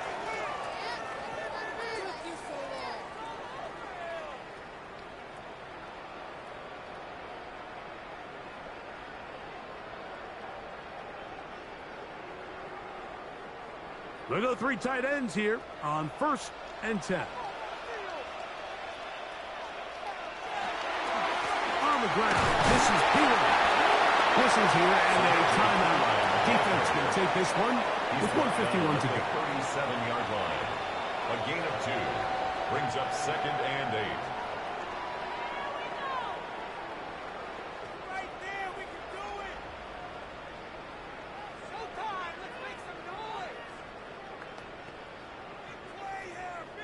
They'll come up on a 2nd down and 8.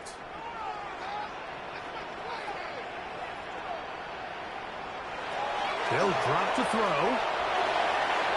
And off the deflection. It is taken in. And they bring him down inside the 25-yard line. 16 yards. Timeout, Indianapolis. That is their second. They'll be disappointed there after giving up the first down.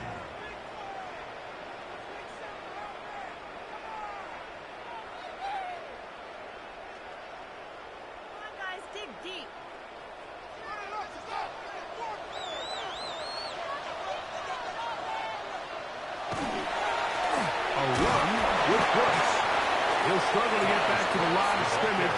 Maybe he gets a yard out of that one. It's 2nd down. The Colts will signal for their 3rd and final timeout, and they'll get together prior to this 2nd down play.